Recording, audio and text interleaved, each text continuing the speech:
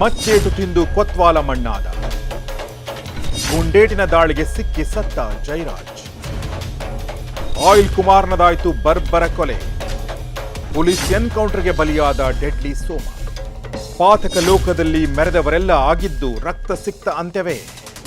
ಬದುಕಿದವರೇನೋ ದವಲತ್ತು ತೋರಿಸಬಹುದು, ಆದರೆ ನೆಮ್ಮದಿಯ ನಿದ್ದೆ ಇಲ್ಲ. ಎಲ್ಲಿಂದ ಗುಂಡು ಹಾರಿ ಬರುತ್ತೋ ಎಂಬ ಚಿಂತೆಗೆ ಕೊನೆಯಿಲ್ಲ.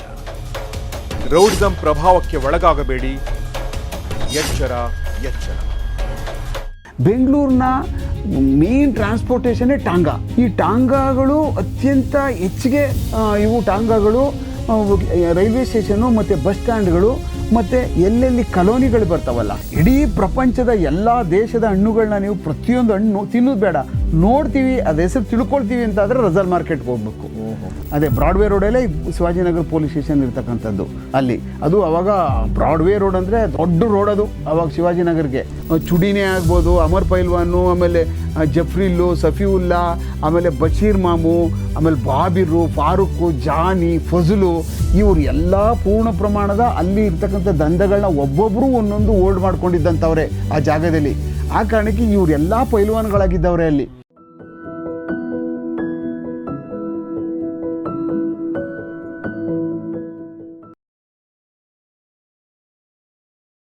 ಸ್ನೇಹಿತರೆ ನಮಸ್ಕಾರ. ಗೌರಿ ಶಕ್ಕಿ ಸ್ಟುಡಿಯೋದ ವಿಶೇಷ ಸರಣಿ ಸಂದರ್ಶನ ಕಾರ್ಯಕ್ರಮ ಬೆಂಗಳೂರು ಅಂಡರ್ವರ್ಲ್ಡ್, ನಿಮಗೆ ಆತ್ಮೀಯ ಸ್ವಾಗತ. ನಾನು ಗೌರಿ ಶಕ್ಕಿ. ನಮ್ಮ ಜೊತೆಗಿದ್ದಾರೆ S K Umesh sir, retired SP. ನಾವು ಬೆಂಗಳೂರು ಅಂಡರ್ವರ್ಲ್ಡ್ ಬಗ್ಗೆ ಮಾತಾಡ್ತೀವಿ. ಕಳೆದ ಸಂಚಿಕೆಯಲ್ಲಿ ಬೆಂಗಳೂರು ಅಂಡರ್ವರ್ಲ್ಡ್ನ ಮೂಲ ಅಂದರೆ ಬೆಂಗಳೂರು ಅಂಡರ್ವರ್ಲ್ಡ್ ಅನ್ನೋದಕ್ಕಿಂತ ಈ ಪೈಲ್ವಾನ್ಗಿರಿಯ ಮೂಲ ರಾಜ ಮಹಾರಾಜರ ಇತಿಹಾಸ, ಗಂಗರ ಕಾಲ, ಟಿಪ್ಪು ಸುಲ್ತಾನರ ಕಾಲ, ಮೈಸೂರು ಸಂಸ್ಥಾನದ ಅರಸರ ಇತಿಹಾಸ, ಇದೆಲ್ಲವನ್ನೂ ಒಂದು ಕಟ್ಟುಮಸ್ತಾದ ದೇಹವುಳ್ಳಂಥ ವ್ಯಕ್ತಿಗಳು ಬೇಕಾಗ್ತಿದ್ರಲ್ಲ, ಅದನ್ನು ಲಿಂಕ್ ಮಾಡಿ ಸರ್ ಅದನ್ನು ಹೇಳ್ತಾ ಬಂದರು. ಈಗ ವಾಪಸ್ ನಾವು ಬೆಂಗಳೂರು ಅಂಡರ್ವರ್ಲ್ಡ್ನ ಇವತ್ತಿನ ಕಾಲಘಟ್ಟಕ್ಕೆ ಬಂದರೆ, ಅಥವಾ ಇದಕ್ಕಿಂತ ಸ್ವಲ್ಪ ಹಿಂದೆ ಹೋದರೆ ಸರ್, ಈ ಬೆಂಗಳೂರು ಅಂಡರ್ವರ್ಲ್ಡ್ನ ಮಾಫಿಯಾ ಅಥವಾ ರೌಡಿಸಮ್ ಅಥವಾ ನಾವೇನು ಹೆಸರುಗಳನ್ನ ಕೇಳ್ತೀವಿ, ಸೊ ಅಲ್ಲಿ ಹೇಗೆ ಕನೆಕ್ಟ್ ಆಗುತ್ತೆ ಸರ್? ಈ ಒಂದು ಪೈಲ್ವಾನ್ಗಿರಿದು ಹೇಗೆ ಕನೆಕ್ಟ್ ಆಗುತ್ತೆ ಸರ್ ಅದು?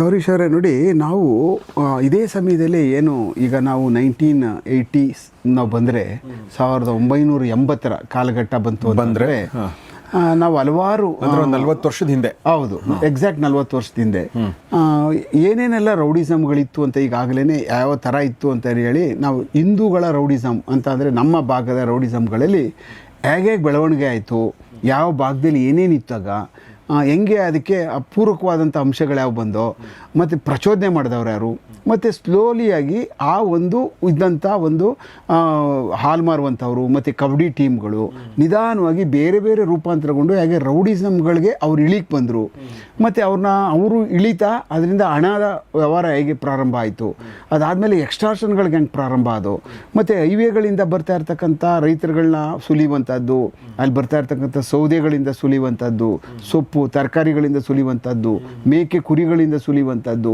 ಹೀಗೆ ಭಾಗದ ರಸ್ತೆಗಳನ್ನ ಕಾಯ್ಕೊಂಡು ಕೂತ್ಕೊಂಡು ಈ ಕಳ್ಳರುಗಳು, ಇಲ್ಲಿರ್ತಕ್ಕಂಥ ಭುಜಬಲ ಪರಾಕ್ರಮಿಗಳು ಅದನ್ನು ಹೇಗೆ ಅವ್ರನ್ನ ದುಡ್ಡು ಸುಲ್ ಮಾಡಿಕೊಂಡು ಜೀವನ ಮಾಡ್ತಾಯಿದ್ರು ಅನ್ನುವಂಥದ್ದು ನಾವು ಮಾತಾಡಿದ್ದೀವಿ.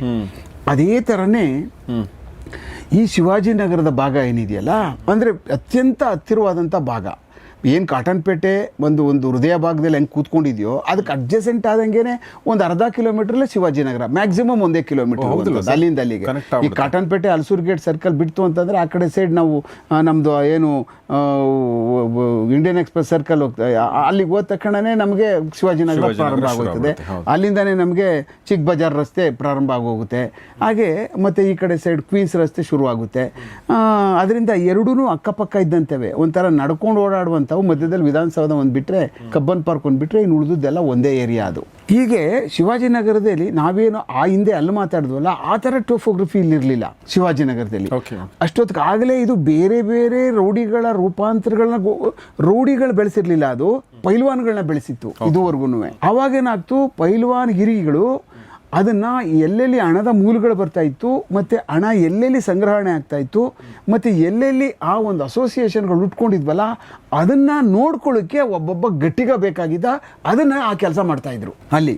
ಅದಕ್ಕೆ ಸಂಬಂಧಪಟ್ಟಂಗೆ ಏನಾಯಿತು, 1980s ಏನಿದೆಯಲ್ಲ, 1970, 65, 80ವರೆಗೂ ಬೆಂಗಳೂರಿನ ಮೇನ್ ಟ್ರಾನ್ಸ್ಪೋರ್ಟೇಷನ್ನೇ ಟಾಂಗಾ. ಈ ಟಾಂಗಾಗಳು ಅತ್ಯಂತ ಹೆಚ್ಚಿಗೆ ಇವು ಟಾಂಗಾಗಳು ರೈಲ್ವೆ ಸ್ಟೇಷನ್ನು ಮತ್ತು ಬಸ್ ಸ್ಟ್ಯಾಂಡ್ಗಳು ಮತ್ತು ಎಲ್ಲೆಲ್ಲಿ ಕಲೋನಿಗಳು ಬರ್ತಾವಲ್ಲ, ಈಗೇನು ಅಂತಂದರೆ Frazer town, Cox town, Benson town ಮತ್ತು ಕಾಚರ್ನಹಳ್ಳಿ ಈ ಏರಿಯಾ ಎಲ್ಲ ಬರ್ತಾವೆ ನೋಡಿ. ಇದೆಲ್ಲ ಫುಲ್ ಕಂಪ್ಲೀಟ್ ದೇವ್ರ ಜೀವನಹಳ್ಳಿ ಈ ಭಾಗಗಳಲ್ಲಿರ್ತಕ್ಕಂಥ ಜನಗಳೆಲ್ಲ ಈ ಒಂದೇ ಗಾಡಿಗಳನ್ನೇ ಅವಲಂಬಿಸ್ಕೊಂಡಿದ್ದು. ಓಕೆ, ಈಗ ನಾವು ಹೇಗೆ ಆಟೋ ಮೇಲೆ ಡಿಪೆಂಡ್ ಆಗಿದ್ದೀವಿ, ಒಂದು ಕಾಲಕ್ಕೆ ಟಾಂಗ ಮೇಲೆ ಹೌದು, ಪೂರ್ಣ ಪ್ರಮಾಣದ ಟಾಂಗಗಳಿತ್ತು. ಆವಾಗ ಬೆರಳೆಣಿಕೆ ಅಷ್ಟು ಜನಗಳ ಹತ್ರ ಅಷ್ಟೇನೆ ಕಾರ್ಗಳಿದ್ದು. ಕೆಲವು ಜನ ಇಂಡಿಪೆಂಡೆಂಟಾಗಿ ಕುದುರೆಗಳು ಇಟ್ಕೊಂಡಿದ್ದವ್ರು ಇದ್ರು, ಇನ್ನು ಉಳಿದವರು ಎಲ್ಲ ಟಾಂಗಗಳೇ ಇತ್ತು. ಕುದುರೆಗಳು ಇಟ್ಕೊಂಡಿದ್ರು. ದೊಡ್ಡ ದೊಡ್ಡ ಬಂಗ್ಲೆಗಳೇನು ಇರ್ತಾರಲ್ಲ, ಅವಾಗ ಕುದುರೆ ಲಾಯಗಳು ಮಾಡಿಕೊಂಡು ಕುದುರೆ ಸಾಕೋಕೆ ಒಬ್ಬೊಬ್ಬನ ಇಟ್ಕೊಂಡಿದ್ರು. ಆಗ ಅವರೆಲ್ಲ ಕಮರ್ಷಿಯಲ್ ಆಕ್ಟಿವಿಟೀಸ್ ಮಾಡ್ತಾಯಿದ್ರು. ಕಮರ್ಷಿಯಲ್ ಸ್ಟ್ರೀಟ್ಗಳಲ್ಲಿ ಜರಿ ವ್ಯಾಪಾರ, ರೇಷ್ಮೆ ವ್ಯಾಪಾರ, ಆಮೇಲೆ ಬಟ್ಟೆ ವ್ಯಾಪಾರಗಳು, ಮತ್ತು ಕಾಟನ್ ಪೇಟೆಗೆ ಬರ್ತಕ್ಕಂಥ ಅವ್ರದ್ದು. ಈಗಲೂ ಸಹ ನಮ್ಮ ಕಾಶಿ ವಿಶ್ವನಾಥ ಸ್ವಾಮಿ ದೇವಸ್ಥಾನ ಬರುತ್ತಲ್ಲ, ಅಲ್ಲಿ ನಮ್ಮ ಚಿಕ್ಕಪೇಟೆನಲ್ಲಿ ಅಲ್ಲಿ ಒಂದು ದೊಡ್ಡ ಟಾಂಗ ಇದೆ. ಅಲ್ಲಿ ಒಂದು ಜಾಗ ಇತ್ತು, ಅದಕ್ಕೋಸ್ಕರನೇ ಅದು ಮೈಸೂರು ಮಹಾರಾಜರ ಕೊಡುಗೆ ಕೊಟ್ಟಿದ್ದು ಅಂತ ಹೇಳ್ತಾರೆ ಜಾಗನ. ಆ ಜಾಗದಲ್ಲಿ ಯಾಕೆಂದರೆ ಅವ್ರು ಕಟ್ಟಿಸಿದಂಥ ಇಂದಿನ ಕಾಶಿ ವಿಶ್ವನಾಥ ಸ್ವಾಮಿ ದೇವಸ್ಥಾನ ಇದೆಯಲ್ಲ, ಅದೆಲ್ಲ ಅವ್ರ ಒಡೆತನದಲ್ಲಿದ್ದಂಥ ದೇವಸ್ಥಾನಗಳು ಆ ಕಾಲದಲ್ಲಿ. ಅದ್ರ ಎದುರುಗಡೆನೇ ಒಂದು ಟಾಂಗಾ ಸ್ಟ್ಯಾಂಡ್ ಅಂತ ಇತ್ತು. ಅದಾದಮೇಲೆ ಇನ್ನೊಂದು ಈಗಲೂ ಸಹ ಒಂದು ನಮ್ಮ SJ ಪಾರ್ಕ್ ಬರುತ್ತೆ ನೋಡಿ, ಧರ್ಮರಾಯನ ದೇವಸ್ಥಾನಕ್ಕೆ ಹೋಗ್ತೀವಲ್ಲ, ಅಲ್ಲಿ ಆ ರೈಟ್ ಸೈಡಲ್ಲಿ ಈಗಲೂ ಒಂದು ಟಾಂಗಾ ಸ್ಟ್ಯಾಂಡ್ ಇದೆ ನೋಡಿ. ಅದು ಈ ಟಾಂಗಾ ಸ್ಟ್ಯಾಂಡ್ಗಳು ಆ ಕಾಲದಿಂದ ಇರ್ತಕ್ಕಂಥವು. ಸುಮಾರು 100 ವರ್ಷಗಳಿಂದನೂ ಈ ಟಾಂಗಾ ಸ್ಟ್ಯಾಂಡ್ಗಳಿದ್ದಾವೆ. ಆ ಟಾಂಗಾ ಸ್ಟ್ಯಾಂಡ್ ಈಗ ಉಳ್ಕೊಂಡಿರೋದು ಇದೊಂದೇನೆ ಉಳ್ಕೊಂಡಿರೋದು. ಕಾಶಿ ವಿಶ್ವನಾಥ ಸ್ವಾಮಿ ದೇವಸ್ಥಾನ ಇರೋದು ಏನೋ ಕನ್ಸ್ಟ್ರಕ್ಷನ್ ಮಾಡ್ಬಿಟ್ಟವ್ರೆ. ಬಟ್ ಇಲ್ಲಿ ಧರ್ಮರಾಯ ಸ್ವಾಮಿ ದೇವಸ್ಥಾನದಲ್ಲಿರುವಂಥ ಟಾಂಗಾ ಸ್ಟ್ಯಾಂಡ್ ಹಂಗೆ ಇದೆ. ಶಿವಾಜಿನಗರದಲ್ಲಿರ್ತಕ್ಕಂಥ ಸುಮಾರು ಟಾಂಗಾ ಸ್ಟ್ಯಾಂಡ್ಗಳು ಹಂಗೆ ಇದ್ದಾವೆ. ಆ ಟಾಂಗಾಗಳು ಜಾಸ್ತಿ ಅತ್ಯಂತ ನಿಂತ್ಕೋತಾ ಇದೆ ರೆಸಲ್ ಮಾರ್ಕೆಟ್ಲಿ. ಮತ್ತು ಈ ಕಡೆ ಸೈಡ್ ಎಡಗಡೆ ಭಾಗದಲ್ಲಿ ಏನು ಸೇಂಟ್ ಬ್ಯಾಸಿಲಿಕಾ ಚರ್ಚ್ ಬರುತ್ತಲ್ಲ, ಅಲ್ಲಿ ಉದ್ದಕ್ಕೂ ಅಲ್ಲಿ ಅಂಗಡಿಗಳಿಲ್ಲದೆ ಎಲ್ಲ ಟಾಂಗಗಳೇ ಅಲ್ಲಿ ಇದ್ದಂಥವು. ಯಾಕೆ ಅತ್ಯಂತ ಹೆಚ್ಚಿಗೆ ತರಕಾರಿ ಬರ್ತಿದ್ದದ್ದು ಅಲ್ಲೇ, ಆಮೇಲೆ ಅತ್ಯಂತ ಒಳ್ಳೆ ತರಕಾರಿಗಳೇ ಬರ್ತಿದ್ದದ್ದು ಅಲ್ಲೇ. ಯಾಕೆ ಅಂದರೆ ತುಂಬ ಅಲ್ಲಿ ಧನಿಕರಿದ್ದಂಥ ಜಾಗ ಅದು. ರಸಲ್ ಮಾರ್ಕೆಟ್ ಸುತ್ತಮುತ್ತ ಏನು ಅಲ್ಲಿದ್ರಲ್ಲ ಅವ್ರು ಕ್ರಿಶ್ಚಿಯನ್ನು ಮತ್ತು ತಮಿಳಿಯನ್ಗಳು, ಮತ್ತು ಅಲ್ಲಿ ಕೆಲಸ ಮಾಡ್ತಾ ಇರ್ತಕ್ಕಂಥವ್ರು, ರೈಲ್ವೇಸ್ನಲ್ಲಿ ಕೆಲಸ ಮಾಡ್ತಾ ಇದ್ದಂಥವ್ರು, ಮತ್ತು ರಿಟೈರ್ಡ್ ಆದ ಅಫಿಷಿಯಲ್ಗಳು, ಅದಾದಮೇಲೆ ಬೇರೆ ಬೇರೆ ಒಳ್ಳೆ ವ್ಯಾಪಾರಸ್ಥರುಗಳೆಲ್ಲ ತಂಗಿದ್ದಂಥ ವಾಸ ಇದ್ದಂಥ ಹಲಸೂರು ಕೆರೆಯ ಮೇಲ್ಭಾಗ. ಆವಾಗ ಭಾಳ ಅತ್ಯಂತ ಧನಿಕರು ವಾಸ ಮಾಡ್ತಾ ಇದ್ದಂಥ ಜಾಗ. ಆದ್ರಿಂದ ಬ್ರಿಟಿಷರ ಟೈಮಲ್ಲೇ ಬಿಸ್ನೆಸ್ ಶುರು ಮಾಡಿದಂಥವ್ರು ಭಾಳ ಜನ ಬ್ರಿಟಿಷರುಗಳು ದಂಡು ಮಾಡ್ಕೊಂಡಿದ್ದೇ ಇದೇ ಕಾರಣಕ್ಕೆ. ಅದೇ ಜಾಗದಲ್ಲಿ ಎಲ್ಲ ಚಟುವಟಿಕೆಗಳನ್ನು ಮಾಡ್ತಾ ಇದ್ದದ್ದು ಅವರು. ಆ ಕಾರಣಕ್ಕೆ ಅಲ್ಲಿರ್ತಕ್ಕಂಥ ಎಲ್ಲ ಮುಕ್ಕಾಲು ಭಾಗ ರಸ್ತೆಗಳೆಲ್ಲ ಬ್ರಿಟಿಷರ ಹೆಸರುಗಳೆಲ್ಲ ಈಗಲೂ ಸಹ ರಸ್ತೆಗಳ ಹೆಸರುಗಳೇ ನಡೀತಾ ಇದ್ದಾವೆ. ಮಿಲ್ಲರಿಂದ ಹಿಡಿದು ಇನ್ಫ್ಯಾಂಟ್ರಿ ರೋಡಿಂದ ಹಿಡಿದು ನಮ್ಮ ಪೊಲೀಸ್ ಕಮಿಷನರ್ ಆಫೀಸರ್ ಎಲ್ಲ ಸಹ ಕಂಪ್ಲೀಟು ದೊಡ್ಡ ದೊಡ್ಡ ರಸ್ತೆಗಳೆಲ್ಲ ಎಲ್ಲ ಈಗಲೂ ನಮ್ಮ ಇಂಗ್ಲೆಂಡ್ ಅವರ ಏನು ಅಲ್ಲಿ ಬಂದು ಇವರು ಹೋದ್ರಲ್ಲ, ಅವರ ಪಳಿಯುಳಿಕೆಗಳೇ ಈಗಲೂ ಅಲ್ಲಿರ್ತಕ್ಕಂಥವು. ಆ ಕಾರಣಕ್ಕೋಸ್ಕರನೇ ಅಲ್ಲಿ ಅತ್ಯಂತ ಹೆಚ್ಚಿಗೆ ಟ್ರಾನ್ಸ್ಪೋರ್ಟ್ ನಡೀತಾ ಇದ್ದಂಥದ್ದು ಇದೇನೆ. ನಮ್ಮ ಕಲಾಸಿಪಾಳ್ಯ ಮಾರ್ಕೆಟ್ ಏನು ಬರ್ತದಲ್ಲ, ಕಲಾಸಿಪಾಳ್ಯ ಇತ್ತಲ್ಲ, ಅದು ನಮ್ಮ ಏನು ಕಾಶಿ ವಿಶ್ವನಾಥ ಸ್ವಾಮಿ ಈಗೂ ಒಂದು ಅಲ್ಲಿ ದೇವಸ್ಥಾನ ಬರುತ್ತೆ ಕಲಾಸಿಪಾಳ್ಯದಲ್ಲಿ. ಅದ್ರ ಒಳಗಡೆ ಹಳೆ ಬಸ್ ಸ್ಟ್ಯಾಂಡ್ ಇತ್ತು. ಹಳೆ ಬಸ್ ಸ್ಟ್ಯಾಂಡ್ ಎದುರುಗಡೆನೆ ಅತ್ಯಂತ ಆ ಭಾಗದಲ್ಲಿ ದೊಡ್ಡ ಒಂದು ಬಸ್ ಸ್ಟ್ಯಾಂಡ್ ಇದ್ದಿತ್ತು. ಟಾಂಗಾ ಒಂದು ಸ್ಟ್ಯಾಂಡ್ ಇದ್ದಿದ್ದದು. ಕಾಲಾಂತರದಲ್ಲಿ ಅದು ಪ್ರೈವೇಟ್ ಬಸ್ ಸ್ಟ್ಯಾಂಡ್ ಆಯಿತು, ಅದೆಲ್ಲ ಆಯಿತು. ಆಗ ಅದು ಮೊದಲೇ ಆಗಿತ್ತು, ಒಂದು ಟಾಂಗಾದವರು ಇನ್ನೊಂದು ಟಾಂಗಾ ಏರಿಯಾಗೆ ಹೋಗಬೇಕು, ಇಲ್ಲಿಂದ ಹೋಗಬೇಕು ಅಂತಂದರೆ ನಮ್ಮ ಕಲಾಸಪಾಳ್ಯದಿಂದ ಶಿವಾಜಿನಗರ ರಸಲ್ ಮಾರ್ಕೆಟ್ಗೆ ಹೋಗಬೇಕು ಅಂದರೆ ಡೈರೆಕ್ಟಾಗಿ ಹೊಡ್ಕೊಂಡು ಹೋಗ್ಬಿಡುವಂಗಲ್ಲ. ಅದು ಅವರು ಅನುಮತಿ. ನಾನು ಇವತ್ತು ಇಲ್ಲಿ ಬರ್ತಾಯಿದ್ದೀನಿ, ಅಲ್ಲಿಗೆ ಬರ್ತಾಯಿದ್ದೀನಿ ಅಂದರೆ ಅಲ್ಲಿಗೆ ಹೋಗಿ ಅವ್ರಿಗೊಂದು ಟ್ಯಾಕ್ಸ್ ಕೊಡಬೇಕು. ನಾನು ಇಲ್ಲಿಗೆ ಬಂದಿದ್ದೀನಿ ಅಂದರೆ. ಹೌದಾ? ಅವ್ರು ಅಲ್ಲಿಂದ ಇಲ್ಲಿಗೆ ಬರ್ತೀವಿ ಅಂತ ಅಂದರೆ ಇಂತಿಷ್ಟು ಅಂತ ಅವ್ರು ಕಲೆಕ್ಟ್ ಮಾಡ್ತಾಯಿದ್ರು ಆಗಲೇ ಅವರು. ಅದರಿಂದ ಏನಾಗ್ತಾಯಿತ್ತು, ದುಡ್ಡಿನ ವ್ಯವಹಾರ ಜಾಸ್ತಿ ನಡೀತಾ ಇತ್ತು. ಅದನ್ನೆಲ್ಲನೂ ಯಾರು ಟ್ರಾವೆಲರ್ಸ್ ಇದ್ರಲ್ಲ, ಯಾರುಗಳು ಓಡಾಟ ನಡೆಸ್ತಾ ಇದ್ರಲ್ಲ, ಅವ್ರ ತಲೆ ಮೇಲೆ ಬರ್ತಾ ಇತ್ತು. ಇದೆಲ್ಲ ಅಂಡರ್ಸ್ಟ್ಯಾಂಡಿಂಗ್ಗಳು. ಯಾರೂ ಸರ್ಕಾರಕ್ಕೂ ಏನೂ ಒಂದು ಪೈಸಾ ಟ್ಯಾಕ್ಸ್ ಹೋಗ್ತಾ ಇರಲಿಲ್ಲ. ಎಲ್ಲ ಇವ್ರ ಅಂಡರ್ಸ್ಟ್ಯಾಂಡಿಂಗ್ ಮೇಲೆ ದುಡ್ಡುಗಳು ವಸೂಲು ಮಾಡೋದು. ಈ ದೇವಸ್ಥಾನದ ಹತ್ರ ಇದನ್ನ ಹಾಕೊಂಡು ನಿಂತಿರ್ತಾರೆ ನೋಡಿ, ಒಂದು ಯಾತ ಹಾಕೊಂಡಂಗೆ ಒಂದು ಮರದ ಹಾಕೊಂಡು ಕೂತಿರ್ತಾರೆ, ಸುಮ್ಮನೆ ಡೂಪ್ಲಿಕೇಟ್ ಚೀಟಿ ಬರ್ಕೊಂಡು, ಏನೋ ಪಟ್ಟಣ ಪಂಚಾಯತಿ ಆಳು ಮುಳು ಅಂತ ಸುಳ್ಳು ಪತ್ತೆ ಇವವು ಏನೂ ಇರಲ್ಲ. ವಸೂಲಾತಿ ಮಾಡ್ಕೋತಾರೆ, ಯಾರ ಬಂದರೆ ಓಡೋಗ್ಬಿಡ್ತಾರೆ. ಹಂಗೆ ಇವರು ಅನಾಮಧೇಯವಾಗಿ ಇವ್ರು ದುಡ್ಡುಗಳು ವಸೂಲು ಮಾಡ್ತಕ್ಕಂಥದ್ದೆಲ್ಲ ಮಾಡ್ತಾಯಿದ್ರು. ಆ ದುಡ್ಡುಗಳ ಓಡಾಟ ಜಾಸ್ತಿ ಇತ್ತು. ಈ ಕಡೆ ಈ ಭಾಗದಲ್ಲೂ ಇರ್ತಾ ಇತ್ತು. ಈ ಭಾಗದೆಲ್ಲ ಇವರೆಲ್ಲ ಯಾರು ನಮ್ಮ ಜನ ವಾಸ ಮಾಡ್ತಾ ಇದ್ರಲ್ಲ, ಈ ಜನಗಳು ವಸೂಲು ಮಾಡ್ತಕ್ಕಂಥದ್ದು. ಮತ್ತು ಶಿವಾಜಿನಗರ ಆ ಭಾಗದಲ್ಲಿ ಹೋಗ್ತಕ್ಕಂಥ ಟಾಂಗಾ ಗಾಡಿಗಳಿಗೆ, ಯಾಕೆಂದರೆ ಜಾಸ್ತಿ ಶಿವಾಜಿನಗರಕ್ಕೆ ಹೋಗ್ತಕ್ಕಂಥದ್ದು ಇತ್ತು. ಯಾಕಂದರೆ ಅಲ್ಲಿ ಎಲ್ಲ ಥರವಾದಂಥ ಅಲ್ಲಿಗೆ ಏನು ಬರದೇ ಇರುವಂಥದ್ದು ಏನೂ ಇಲ್ಲ. ಅಲ್ಲಿ ನಿಮಗೆ ತೀತರ್ ಬರ್ತಿತ್ತು ಕಾಡಿಂದ. ಏನು ನಮ್ಮ ವೈಲ್ಡ್ ಲೈಫ್ ಏನಿದೆಯಲ್ಲ ಆ್ಯಕ್ಟ್ ಬರುವವರೆಗೂ ನಿಮ್ಗೆ ಎಲ್ಲ ಕಾಡಿನ ಪ್ರಾಣಿಗಳು 100ಕ್ಕೆ 100ರಷ್ಟು, ಈಗಾಗಲೇ ಮೊದಲೇ ಯಾವುದೋ ಎಪಿಸೋಡಲ್ಲಿ ಹೇಳಿದ್ದೀನಿ ನಾನು, ಎಲ್ಲ ತಮಿಳ್ನಾಡಿಂದನೇ ಪೂರ್ಣ ಪ್ರಮಾಣದ ಉಡ ಅಂತ ಗೊತ್ತಲ್ಲ ನಿಮಗೆ, ಅವನು ತಿಂತಿದ್ರು. ಆ ಉಡಗಳು ಮಾರುವಂಥದ್ದು, ತೀತರು, ಮೊಲಗಳು ಮಾರುವಂಥದ್ದು, ಕಾಡಂದಿ, ಇವು ಬೆಕ್ಕು, ಇವನ್ನೆಲ್ಲನೂ ತಂದು ಇಟ್ಕೊಂಡು ಮಾರಾಟ ಮಾಡಿರ್ತಕ್ಕಂಥವು ಈಗಲೂ ಅಲ್ಲಿ ರಜಲ್ ಮಾರ್ಕೆಟಲ್ಲಿ ಹಿಸ್ಟ್ರಿ ಇದೆ. ಹಾಗೆ ಎಲ್ಲ ಥರದಂಥ ಜನ, ಕಾಡಿನ ಜನ ಏನೇನೆಲ್ಲ ಅಲ್ಲಿ ಸಿಕ್ತಿತ್ತು ಅದನ್ನೆಲ್ಲ ತಂದು ಇಲ್ಲಿ ಮಾರಾಟ ಮಾಡಿಕೊಂಡು ರಜಲ್ ಮಾರ್ಕೆಟಲ್ಲಿ ಹೋಗ್ತಾಯಿದ್ರು. ಆದರೆ ಅವ್ರು ಈ ಕಡೆಗೆ ಬರ್ತಾ ಇರಲಿಲ್ಲ ಮಾರಾಟಕ್ಕೆ. ಈ ವೈಲ್ಡ್ ಲೈಫ್ ರಿಲೇಟೆಡ್ಗೆ ಸಂಬಂಧಪಟ್ಟಂಥ ಕಾಡು ಏನು ಪ್ರಾಣಿಗಳಿದ್ದಾವಲ್ಲ ನಮ್ಮ ಮಾರ್ಕೆಟಿಗೆ ಬರ್ತಾ ಇರಲಿಲ್ಲ. ಮೇಯ್ನು KR ಮಾರ್ಕೆಟ್ಗೆ ಬರ್ತಾ ಇರ್ತಕ್ಕಂಥದ್ದೇ ಕುರಿ, ಮೇಕೆ, ಆಮೇಲೆ ಬೇರೆ ಬೇರೆ ಸೊಪ್ಪು, ತರಕಾರಿ, ಈ ಥರದ್ದು ಬಾಳೆಹಣ್ಣು, ಮತ್ತು ಈ ಥರದ್ದು ಸಣ್ಣ ಮಂಡಿಗಳಿಗೆ ಅಲ್ಲಿ ಬಂದು ಹೋಗ್ತಾ ಇರ್ತಕ್ಕಂಥದ್ದಿತ್ತು. ಬಟ್ ಈ ಥರದ್ದು ಏನೇ ಬೇಕು ಅಂದರೂ ನೀವು ಅಲ್ಲಿಗೆ ಹೋಗ್ಬೇಕಾಗಿತ್ತು. ಅಲ್ಲಿ ಏನಿಲ್ಲ ಅನ್ನೋಗಿಲ್ಲ. ಮೊಲ, ಆಮೇಲೆ ಅಲ್ಲಿ ಈಗಲೂ ಇದ್ದಾವೆ ಎಲ್ಲ ಅಕ್ಕಿ ಪಕ್ಷಿಗಳು ನಿಮಗೆಲ್ಲ ಸಿಗ್ತವೆ. ವೈಲ್ಡ್ ಲೈಫ್ ಅಲ್ಲದೆ ಇದ್ದರು. ಇಲ್ಲಾಂದರೆ ಯಾವುದಾದ್ರು ವೈಲ್ಡ್ ಲೈಫ್ ಅಟ್ರಾಕ್ಟ್ ಆದ ಅಂಥವೇನಾದ್ರು ಇದ್ರೆ ಕೇಸ್ ಹಾಕ್ಬಿಡ್ತಾರೆ.